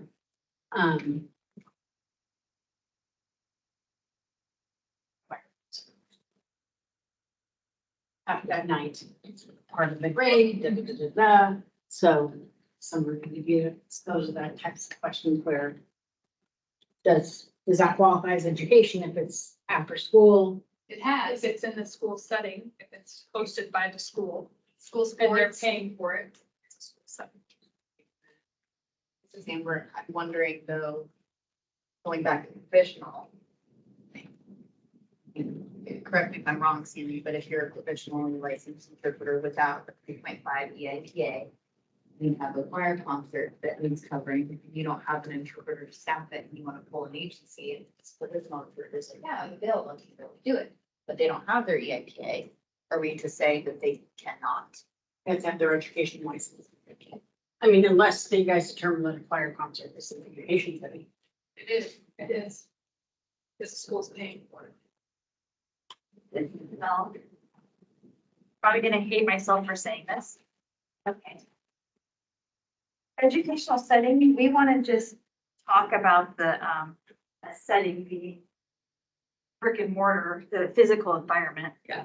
And not get transactional and Yeah. break it down to, is it a choir meeting? Isn't it this? Isn't it that?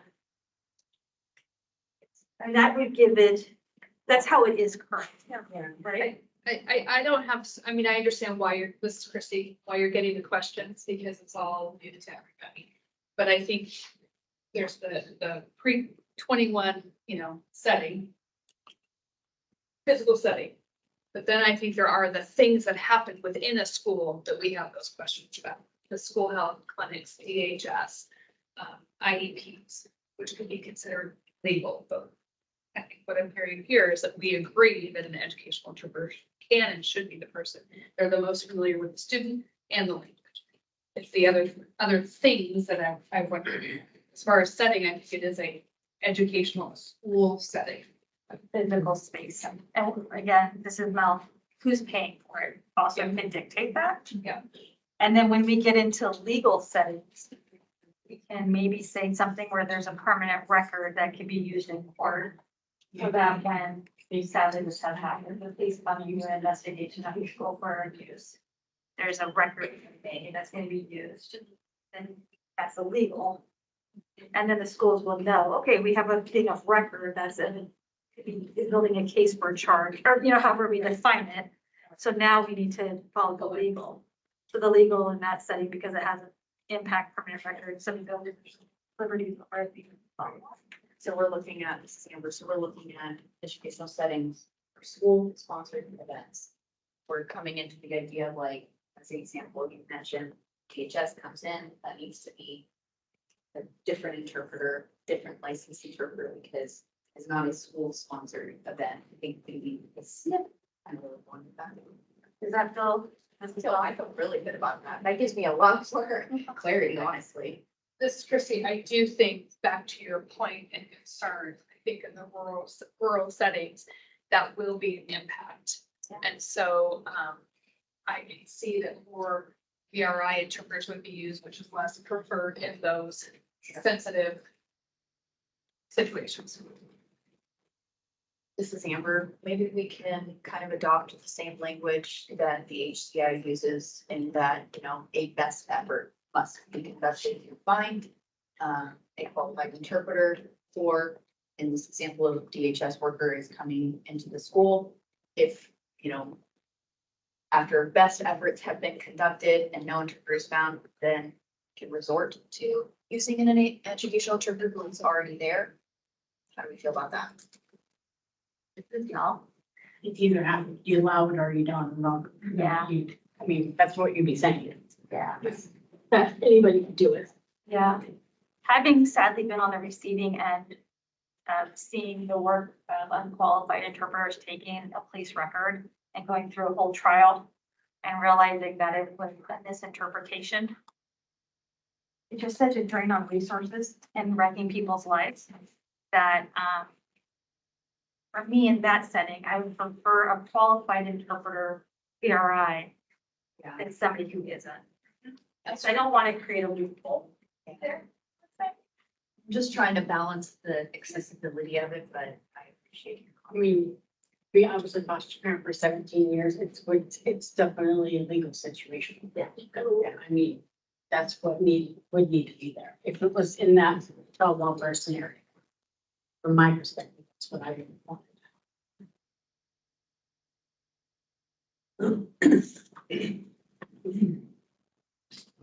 So. And we're done with educational? I mean.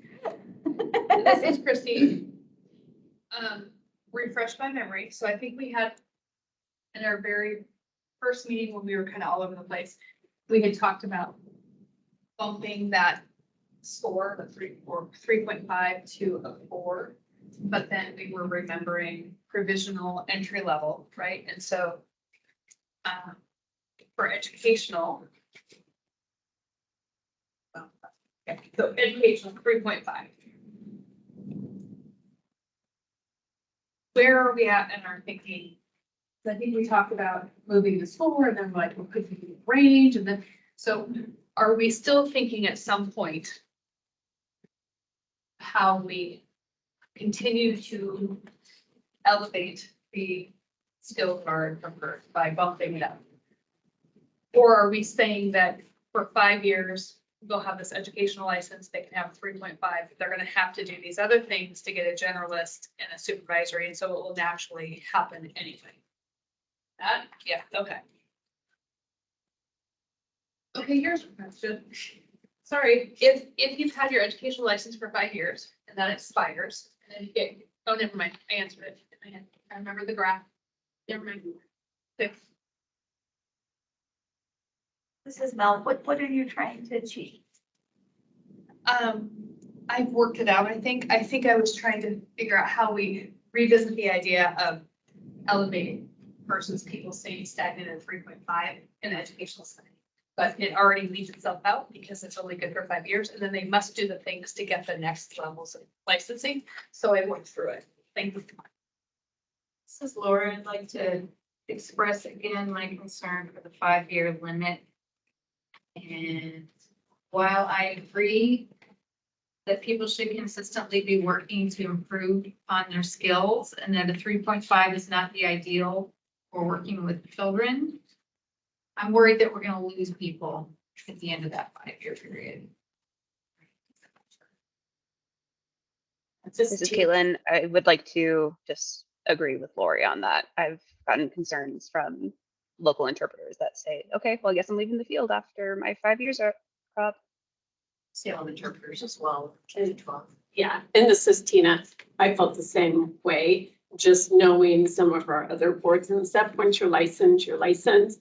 And what if these individuals just want to continue doing what they've always done? Why do they have to move anywhere? Why is there a 5-year limitation on it? Why is there? Is it that? Sandy made it happen. So I think that's one of the top things in addition to fees on our legislative asks for, next round to fix it. Because I think I have some fantastic educational interpreters. And an educational interpreter is not just someone who lifts up their hands or facilitates that communication. They do a whole lot more. And they may be stellar in all the other areas and like pretty good in their actual interpreting, but I would want 10 of them. And so after 5 years, that person will never make that next bump potentially. They're out. This is Mel. Again, I'll be the negative face there. And language deprivation and the impact on children and having hearing people with the lowest score possible be the language model for development of language, where the potential of the Department of Ed fostering or perpetuating that has become a national issue, and other states are making huge strides to address this, and we're behind. We're totally behind.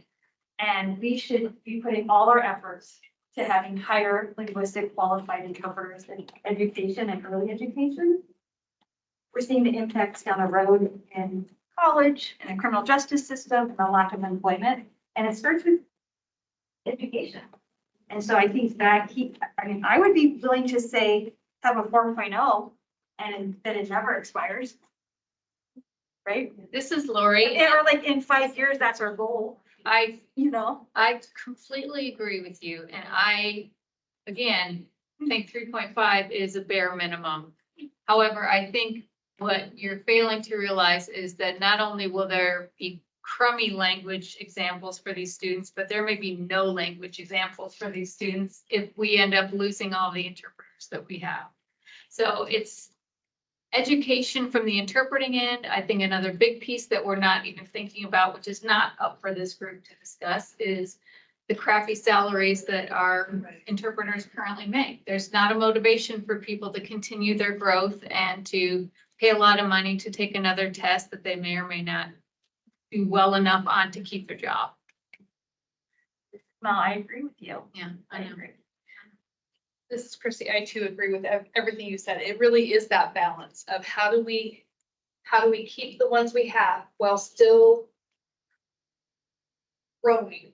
And so maybe it is at that 5-year mark. Let's say that doesn't go away, right? At that 5-year mark, maybe it's not that they have to get the next generalist. Maybe they have to bump up on their EIP score. You have 5 years to work on your skills. Next, you will be required to take this, and then you must get a 4.0. The generalist is a 4.0 on EIPA. Should be. I believe. Right. Yeah. Okay. This is Caitlin. Can I make a quick? So I totally agree with you, Mel. Language deprivation is horrible for a lot of these children. And some of the interpreters that I know are codas who've been working, and they're the best to put with our younger kids to give them that language foundation, who already have a 4.0, a 4.7 is one on my team. But she doesn't work community, and she has no desire to work community. And the same with the other coda that I know. There's just no desire to work in the generalist setting, but they still have to pay $250 for the first year and then $150 on an educational interpreter salary. That's the bigger concern, I think.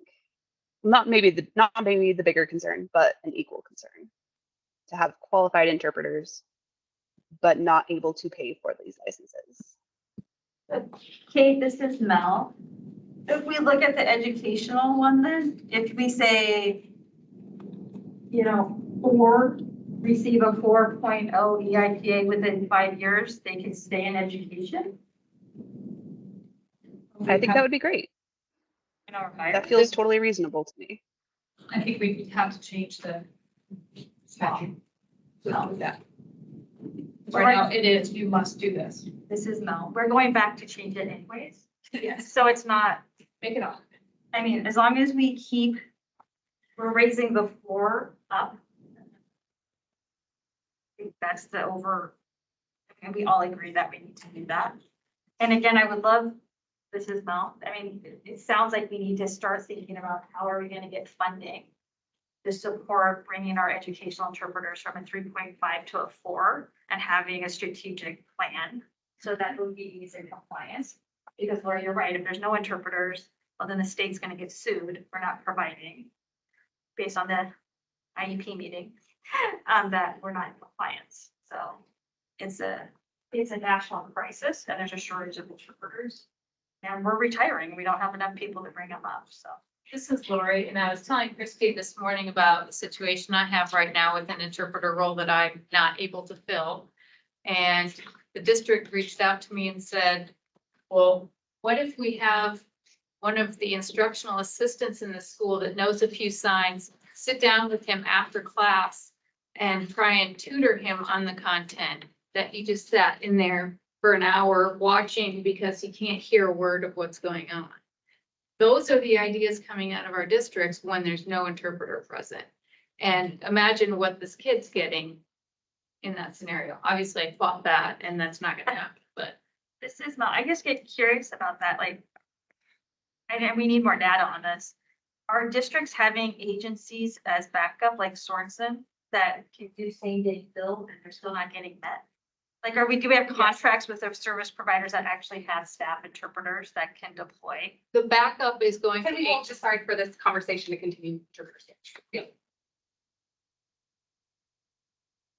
The backup for this particular district, which is a rural district, is to go through an agency, pay for a team at the tune of $180 an hour every day for every hour that this child is in school. That's not sustainable for a district to do. It's the right thing for the kid, absolutely, but, and what happens when that person is sick? Does the agency send a sub? I don't know. This is Christy. Columbia Regional does have contracts, but Access Northwest, as you know, is no longer. So Codas Plus is typically our go-to. They're very responsive, and yet we still have things that are unfilled, especially for those last minute requests. Totally different discussion, but I have moved to Sorenson in the call centers because they have people that pull from afar. And I've Well, talked. can you, sorry, you asked, can you say that last sentence again? Sorry, I Yeah. try to pull from places that have staff interpreters like Sorenson or Purple or NIS staffing this today to see if they'll widen what they cover. Yeah, I know I'm getting a contract this month. Anyways, we like this. This is Christy. I guess I just want to make an obvious statement as well. I absolutely, and we have language deprivation and that needs to change. But interpreters are one in a part of the system. I mean, again, and we can't solve that here, but I just feel like I need to acknowledge that interpreters are not going to be the only answer. We need to look at deaf mentors and all the things to be able to support language deprivation from the very beginning, or support not having language deprivation. This is Heather. I have a question. I think what I'm hearing is that there's a need to keep it at a 3.5 currently to allow interpreters to continue in the educational setting. And that the hope is that you would want to raise it to a 4.0 to prevent language deprivation in the future. So could you do a gradual rule where you have it at 3.5 for however many years or long you think it would take to get people to a 4.0 as your base minimum for that license, knowing that right now it is capped at a 5-year. So is that something that you think would be meeting those interests? Or is it just leaving at 3.5 for now and addressing the 4.0? This is Mel and Georgianne. I hope you can hear me. This might be bounced over to you. Oregon has a long history. When we put in place the 3.5, we gave it to everybody. Half the workforce or more did not pass at a 3.5. We've had initiatives statewide to try and raise that number, and they ebb and flow, and it's not a consistent approach to raising that work professions interpreting skills up. It's been a very big struggle, and because we are so rural, it's even harder to have an approach that has been effective over time. We have to reevaluate and look at it because doing nothing isn't working. But not that we're doing nothing, but something else needs to be addressed. Like, yes, over time would be the best option. And just to expand along that thinking, we need to do something, and I feel hesitant. I mean, it's odd to have equal feelings on each side, right? Like, yes, we need to do this thing, but it would be dependent upon funding in the state of Oregon. Which we know we don't have not had for a very long time, may not ever have again. So that we need to build the training, we need to have the funding for the training, and if none of that goes into effect, and yet we still say you gotta get there, but we don't give the means to get there, that's my, like, oh. And this is Mel. I think part of the provisional point and having supervision was to have the one-on-one approach to raising people's skills, because there hasn't been a success in the statewide effort. But I mean, that has nothing to do with the educational interpreters, though. They're not gonna be provisional. Georgianne has her hand. Give me the money. Just kidding. Well, first of all, I wasn't even sure if I'm supposed to talk. I'm not clear about if I'm a participant or not. So if I'm allowed to speak, can I speak? You're a subject matter expert. Yes. Okay, perfect. Thank you. So that was what I would like to speak about, actually. You all have talked a lot about the EIPA and raising those scores. And the initial, I think now, oh my gosh, Mel, I think you've, and this is Georgianne, by the way, sorry. I think you've given me an amazing history that I didn't have. We offer the EIPA during the school year. We have a contract, we being ODE. And with that contract, we also offer online courses for interpreters to take to improve scores. And they actually give them back feedback that gives them details. And you all probably know a heck of a lot more about that than I do. But I'm in the process of writing that contract again. It's a contract we will not stop. And I think possibly the need to increase your score for licensure might make that contract more viable and people actually use it, as opposed to we were having people take the test when they needed to interpret, but that was it. That's all. So just, we will not stop doing that. I just want you to know that ODE is continuing that. We will always have that for our interpreters. So as well, as long as it's in legislation. It keeps freezing throughout. It'll unfreeze, but. This is. I was gonna say, I think it's just frozen for us because it shows you're still going online, but, okay. Sorry. This is Christy. Thank you, Georgianne, for continuing the contract. I think that's great. And I routinely consistently send out all the coursework to my learners and so forth. I don't think it's necessarily about the opportunity to take the test. It's about the timeline it takes to get the scores back. So, yes, it's there, but that's why we're also looking at other assessments to be able to have some options, because waiting 6 to 9 months for your score, that rules out a whole population of people to be able to get into the education. This is Georgianne. Absolutely, Christy. I totally agree. And I love that y'all are coming up with alternatives, because I have been fighting with our contractor and with Boys Town, trying to understand why they cannot provide better customer service to help, I mean, this basically, I think what Mel has been saying, this affects our children. So hire some more people, get this done. And they're not going to. They said it's too hard. It takes a year to train someone. They had lots of reasons. So I love that you're getting alternatives. However, people can still do the free online courses, whether they take the EIPA or not. So that's all I want to say. I want to make sure you understand we do have a little tiny thing there to offer people. So.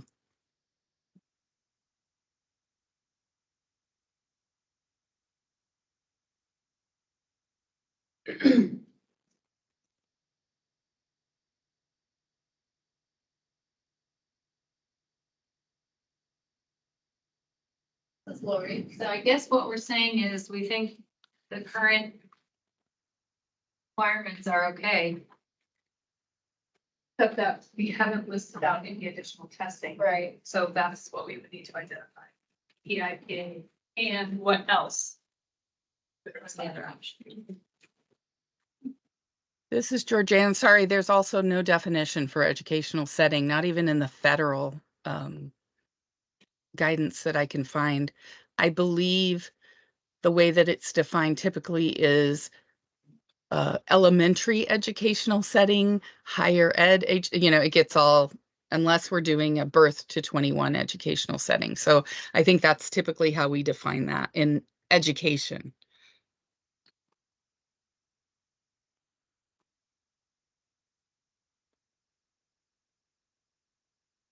This is Mel. And Heather, I see your hand go. Thank you. This is Heather. I had a question following up, Georgiana. Did you say birth? Yeah, birth. Okay, so birth to 12 is what you considered birth to 21. This is Christy, because we have babies and early intervention services. And then you have transition services for post-high. Thank you for clarifying.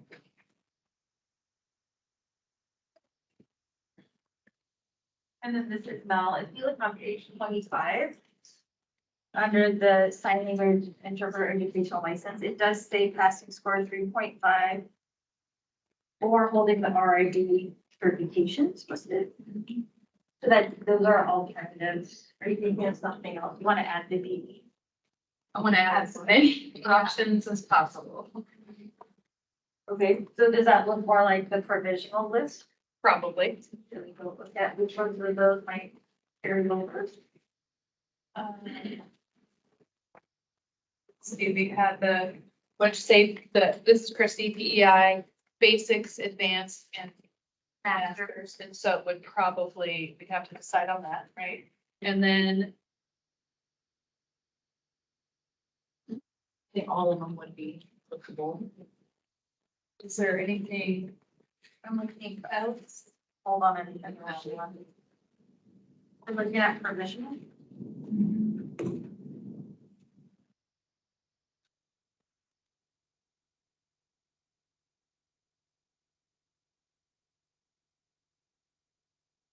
So this is Mel.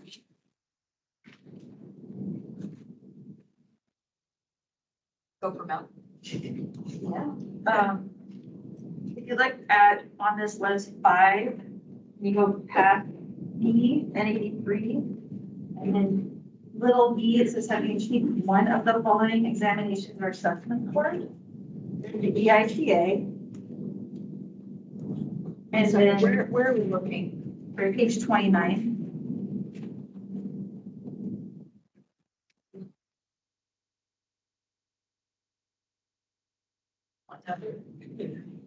Page 29, B. 5B. She's on that question. Are you on educational or? Provisional, looking at provisional. Go back to. Looking at provisional, essentially adopt language from that into. You want to look at where you are, this isn't the same as what's in here, what you just wrote. Just changed it. I changed, this is Mel, I changed it all. You changed the provisional. I'm not seeing what it says. I'm just wondering if I want to open that can of worms. I'm buying time, Sandy. One moment, please. This is Mel. Because right now, and what has been in the Oregon Department of Ed, for interpreters to comply with Oregon educational settings has been what's on page 25. And I believe the goal of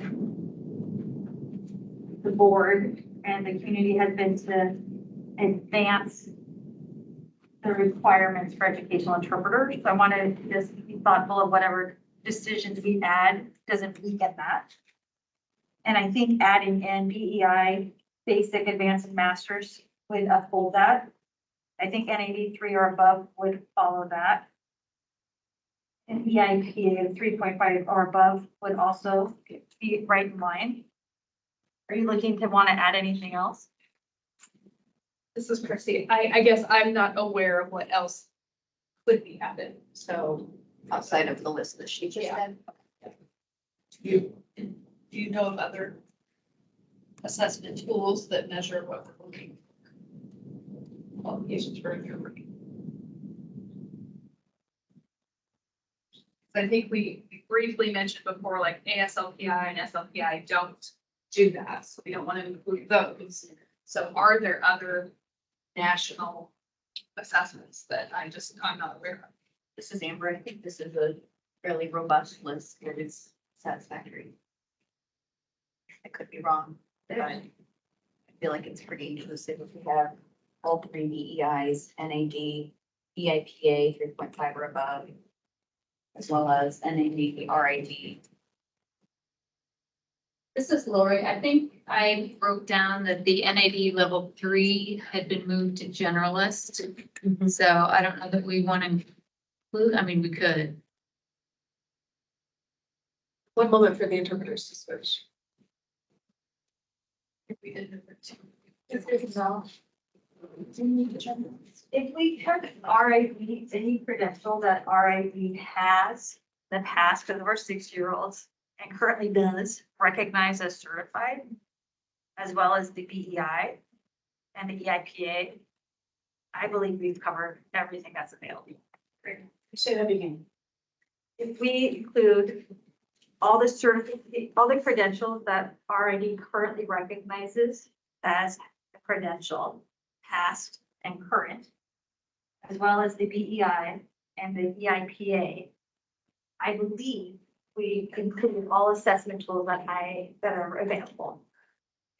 So that would mean, this is Lori, adding the BEI to the educational license. This is Amber. What about the CICT? That's already included. It is. It's recognized as under RID. Oh, I see it. Yes, thank you. Any credential given by the RID that they recognize? Recognized by RID. Any credential that RID, this is now, when you go on the RID database, Yeah, you say certified interpreter, all of them that pop up.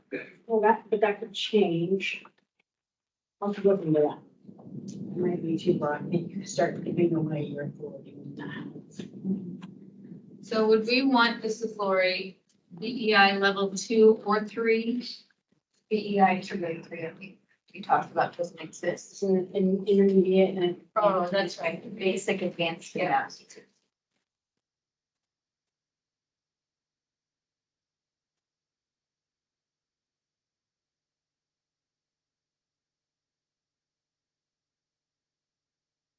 But we're still on the education license, right? Yeah, yes. Already national certification, already certificate of interpretation or translation. Well, can you speak up just a little? Which is Mel? No. I was talking to myself. This is Christy. Sammy, did you just make the statement that if we say recognized by, that we're giving away our authority, meaning that if they were to change the list, then we are tethered to that? Yeah. I recommend that what you do is get that list now, And be specific. agree that list is what you want, and then put those names instead of saying referring to what our ID residents. This is Mel, but that also goes the other way because they're always adding to that list. Yep, and that means you change, rule that, change every time.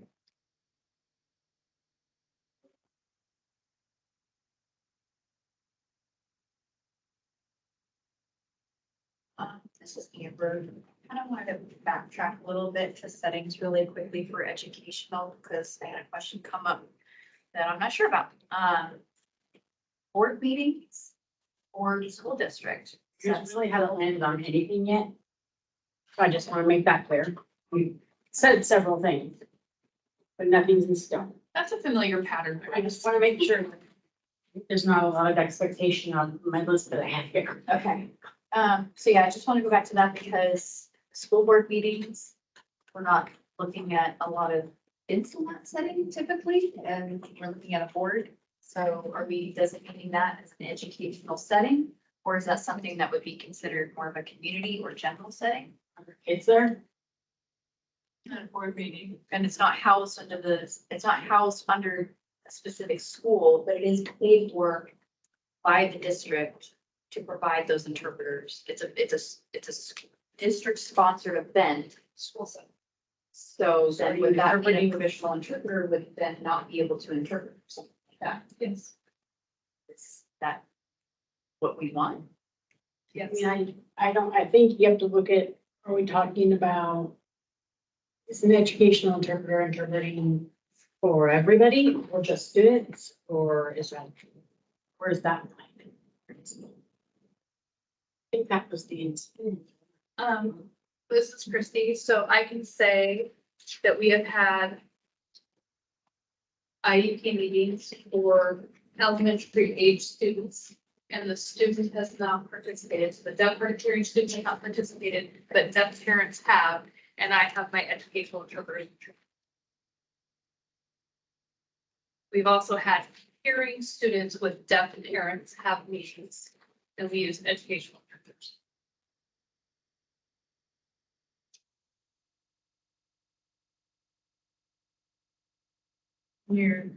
Heather, so in regards to the school board meetings, would the interpreter be relying on terms that are used more in the educational setting, or would the interpreter be using more general terms? Is there anything specific to? This is Christy. I think I keep going back sort of to the funding source to delineate. So it's district sponsored, the district is paying. It would be a school setting.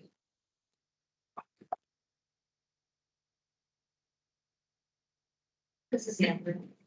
For the sake of opening another can, I disagree. I think that school board meetings could be opened to general settings. I think it could be a potentially great place for a provisionally licensed interpreter to be, especially because those board meetings are almost always team, my experience anyway. So I would hate for the concept that we're pushing, which I think is still a good one, but the concept of if it's school sponsored, if it's school paid, it's always going to be educational. I think that's a good rule of thumb. But I think for this particular instance in this specific setting, I think it can be opened up a little bit wider. This is Christy. I'm not saying that only educational interpreters can interpret board meetings. But by the nature of this law, only professionals could not. Right. Everybody else could, and an educational interpreter or it could, but a provisional couldn't, right? And I also understand what you're saying, it could be a good opportunity, but as the way we've developed it thus far, they would not be. Right, and if we put a school board meeting, and we list that as a general setting rather than a school setting, a provisionally licensed interpreter would be able then to do that. This is Mel. I want to caution us to start listing specific settings. Board meetings, that, the list will go, there'll be pages, and it's too hard as a manager Yes. to coordinate and place people. It's not sustainable. Yeah. Lori, this is Lori. Also, I like to try to give my educational interpreters who already don't make nearly enough money any extra duty opportunities that I can, and that would include a board meeting if you had one. And this is Mel, it also helped them get skills to help pass them to the 4.0, like That's right. creating spaces for them to use their skills and all around. Different people. So just to clarify, we're operating with the assumption that the K through 12 interpreters that you're talking about that should get this opportunity do not also have a professional license. Correct. So if we list it as a general setting, then those K through 12 interpreters could be. Correct. Okay. That's something I had not considered. Okay, I think we landed, right? Well done. So this is Mel, my understanding is after all this, on page 25, we've added EI. Can be added. Right? Okay. And it lists the NIC. Yep. CICT. This is Christy. Are we going to go back to what Heather said, but just look at the website to see what tests are actually, what they already approved and listen up here? I can do that now. This is Amber's right Amber's on it. on it. They have it, but they just use acronyms. I don't know what any of the acronyms mean.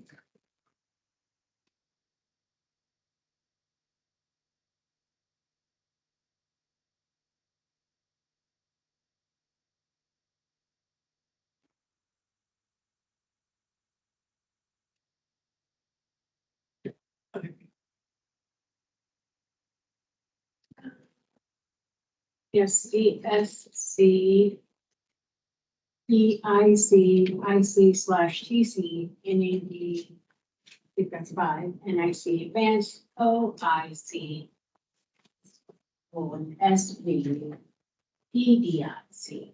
I have no clue.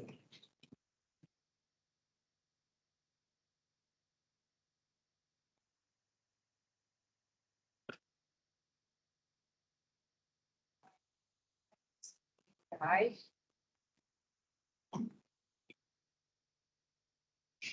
Great. You should probably put that in as well, right?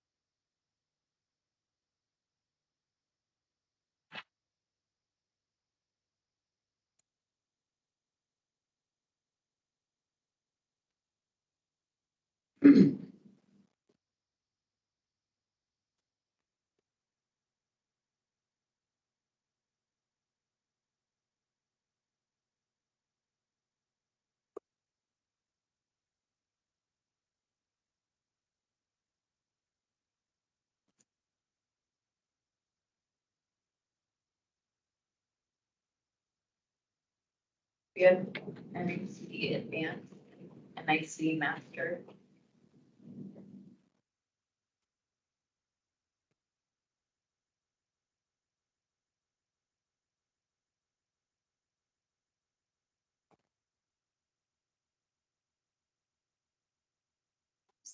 SC, Master Comprehensive Skills Certification. Well, that is Mr. Adeletta, dying free, 65 and older. What was it? Master Comprehensive. Master Comprehensive Skills Certification.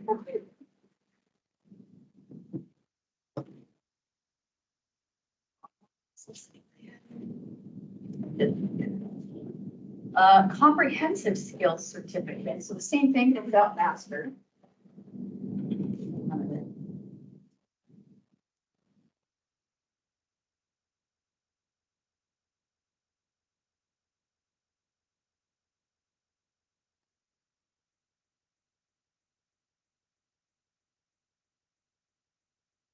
There's reverse skills certificate. That's for deaf interpreters. What was it? Reverse skills certificate, RSC. This is Mel that was actually given to both hearing and deaf people, I think. I'm sorry. This is Mel that was given to both hearing and deaf people. Was it?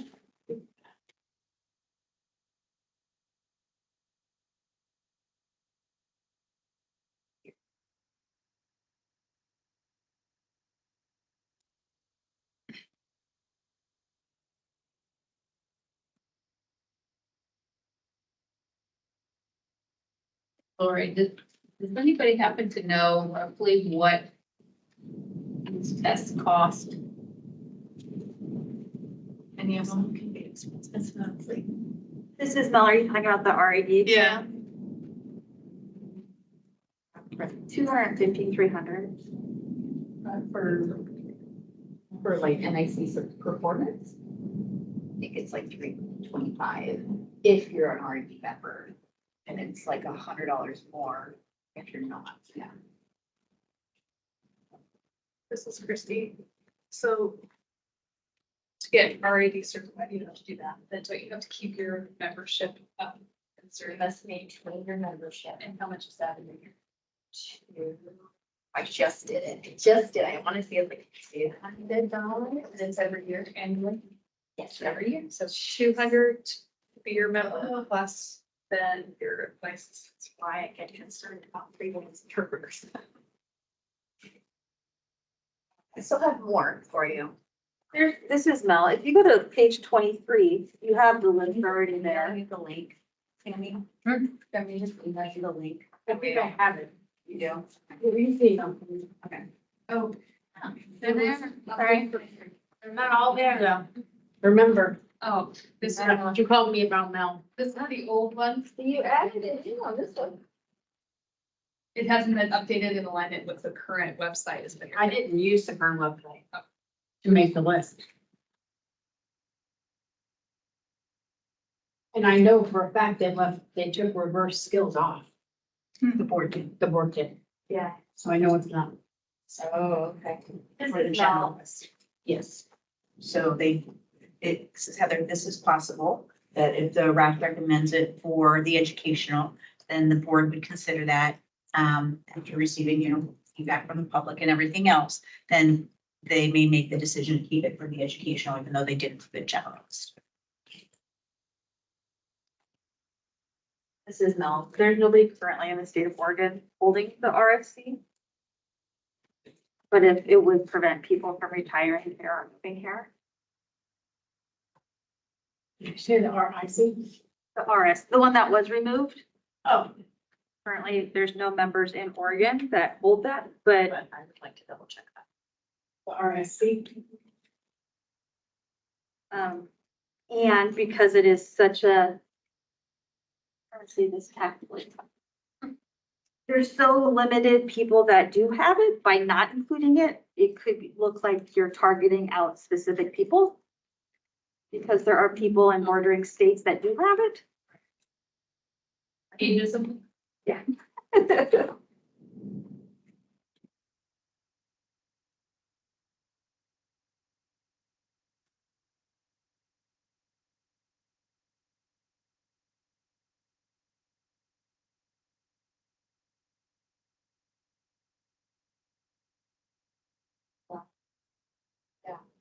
So my numbers were incorrect. This is Amber. My numbers were originally incorrect. It's actually more than that. So as a RID member taking the performance assessment for your national interpreter certification, it costs $450. If you are not a member, it costs you $500. For the knowledge exam, as a member, it is $350. As a non-member, it is $450. So the process of becoming certified, RID certified as a member is looking about to be $800. This is Mel. I just want to point out that is 12 hours of work at the current state rate at $68 an hour. Once you're certified, or not I'd like to certified. point out that more than interpreters make in the school setting by a long shot. Yeah, for school district interpreters for sure.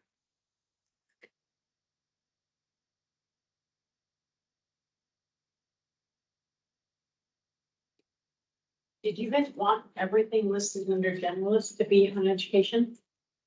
Or are you picking and choosing? I'm not clear on what the expectation is.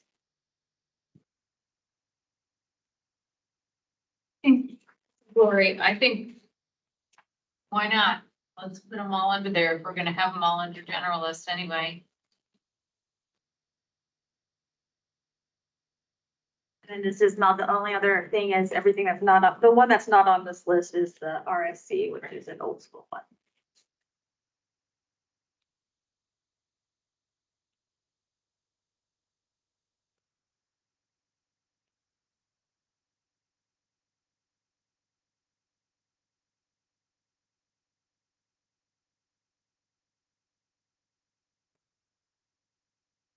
Heather, I just have a question. Was, in order for a person to have an educational interpreter license, were you thinking they needed to be an RID member? Or you were, just wanted to clarify, that was just background information. It wasn't that you were including that as a requirement. Yeah, just Highlighting the cost. licensing. Thank you. Okay. And we're leaving the EAP at 3.5 or above. Yeah. Okay.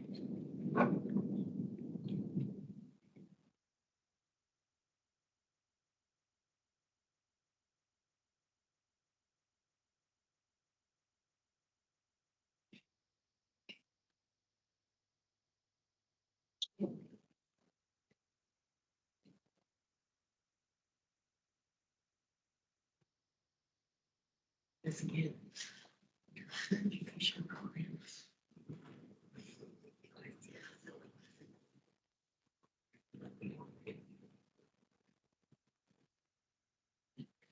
This is Mel. I have a clarifying question real quick. When I look at the chart of where generalists can work, it says no to education. Would it be easier and open more doors if we said a generalist would work in education? Because to be a generalist, you have to have. What page are you on? Which page? Three Pages. The front under the rule, schedule and information chart. They can, it says they can. Yes. Oh, I'm so sorry. When I look at generalist, No, it's wrong on the In the- first column. sorry, okay, that's my bad. I didn't see that. Okay. It's wrong. Where it says general. Oh, education. That's a general setting. Okay, I read it. I flipped it in my head. Yep. Got it. Along the Okay. top are the settings. Okay. And then along the side are the types of licenses. So if you go to a generalist, and then you go across, yes, they can work in the general setting. Yes, they can work in an educational setting. No, they can't work in medical, and no, they can't. That's good.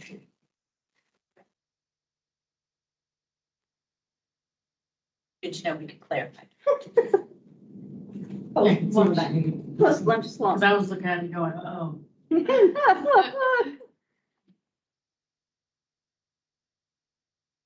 Okay. Because we have, I'm not sure what we're doing with education really. I mean, I think I know, but I'm gonna go through what is on this list and then go through what you sent me and make sure that they're all on here and then we'll relook at it again.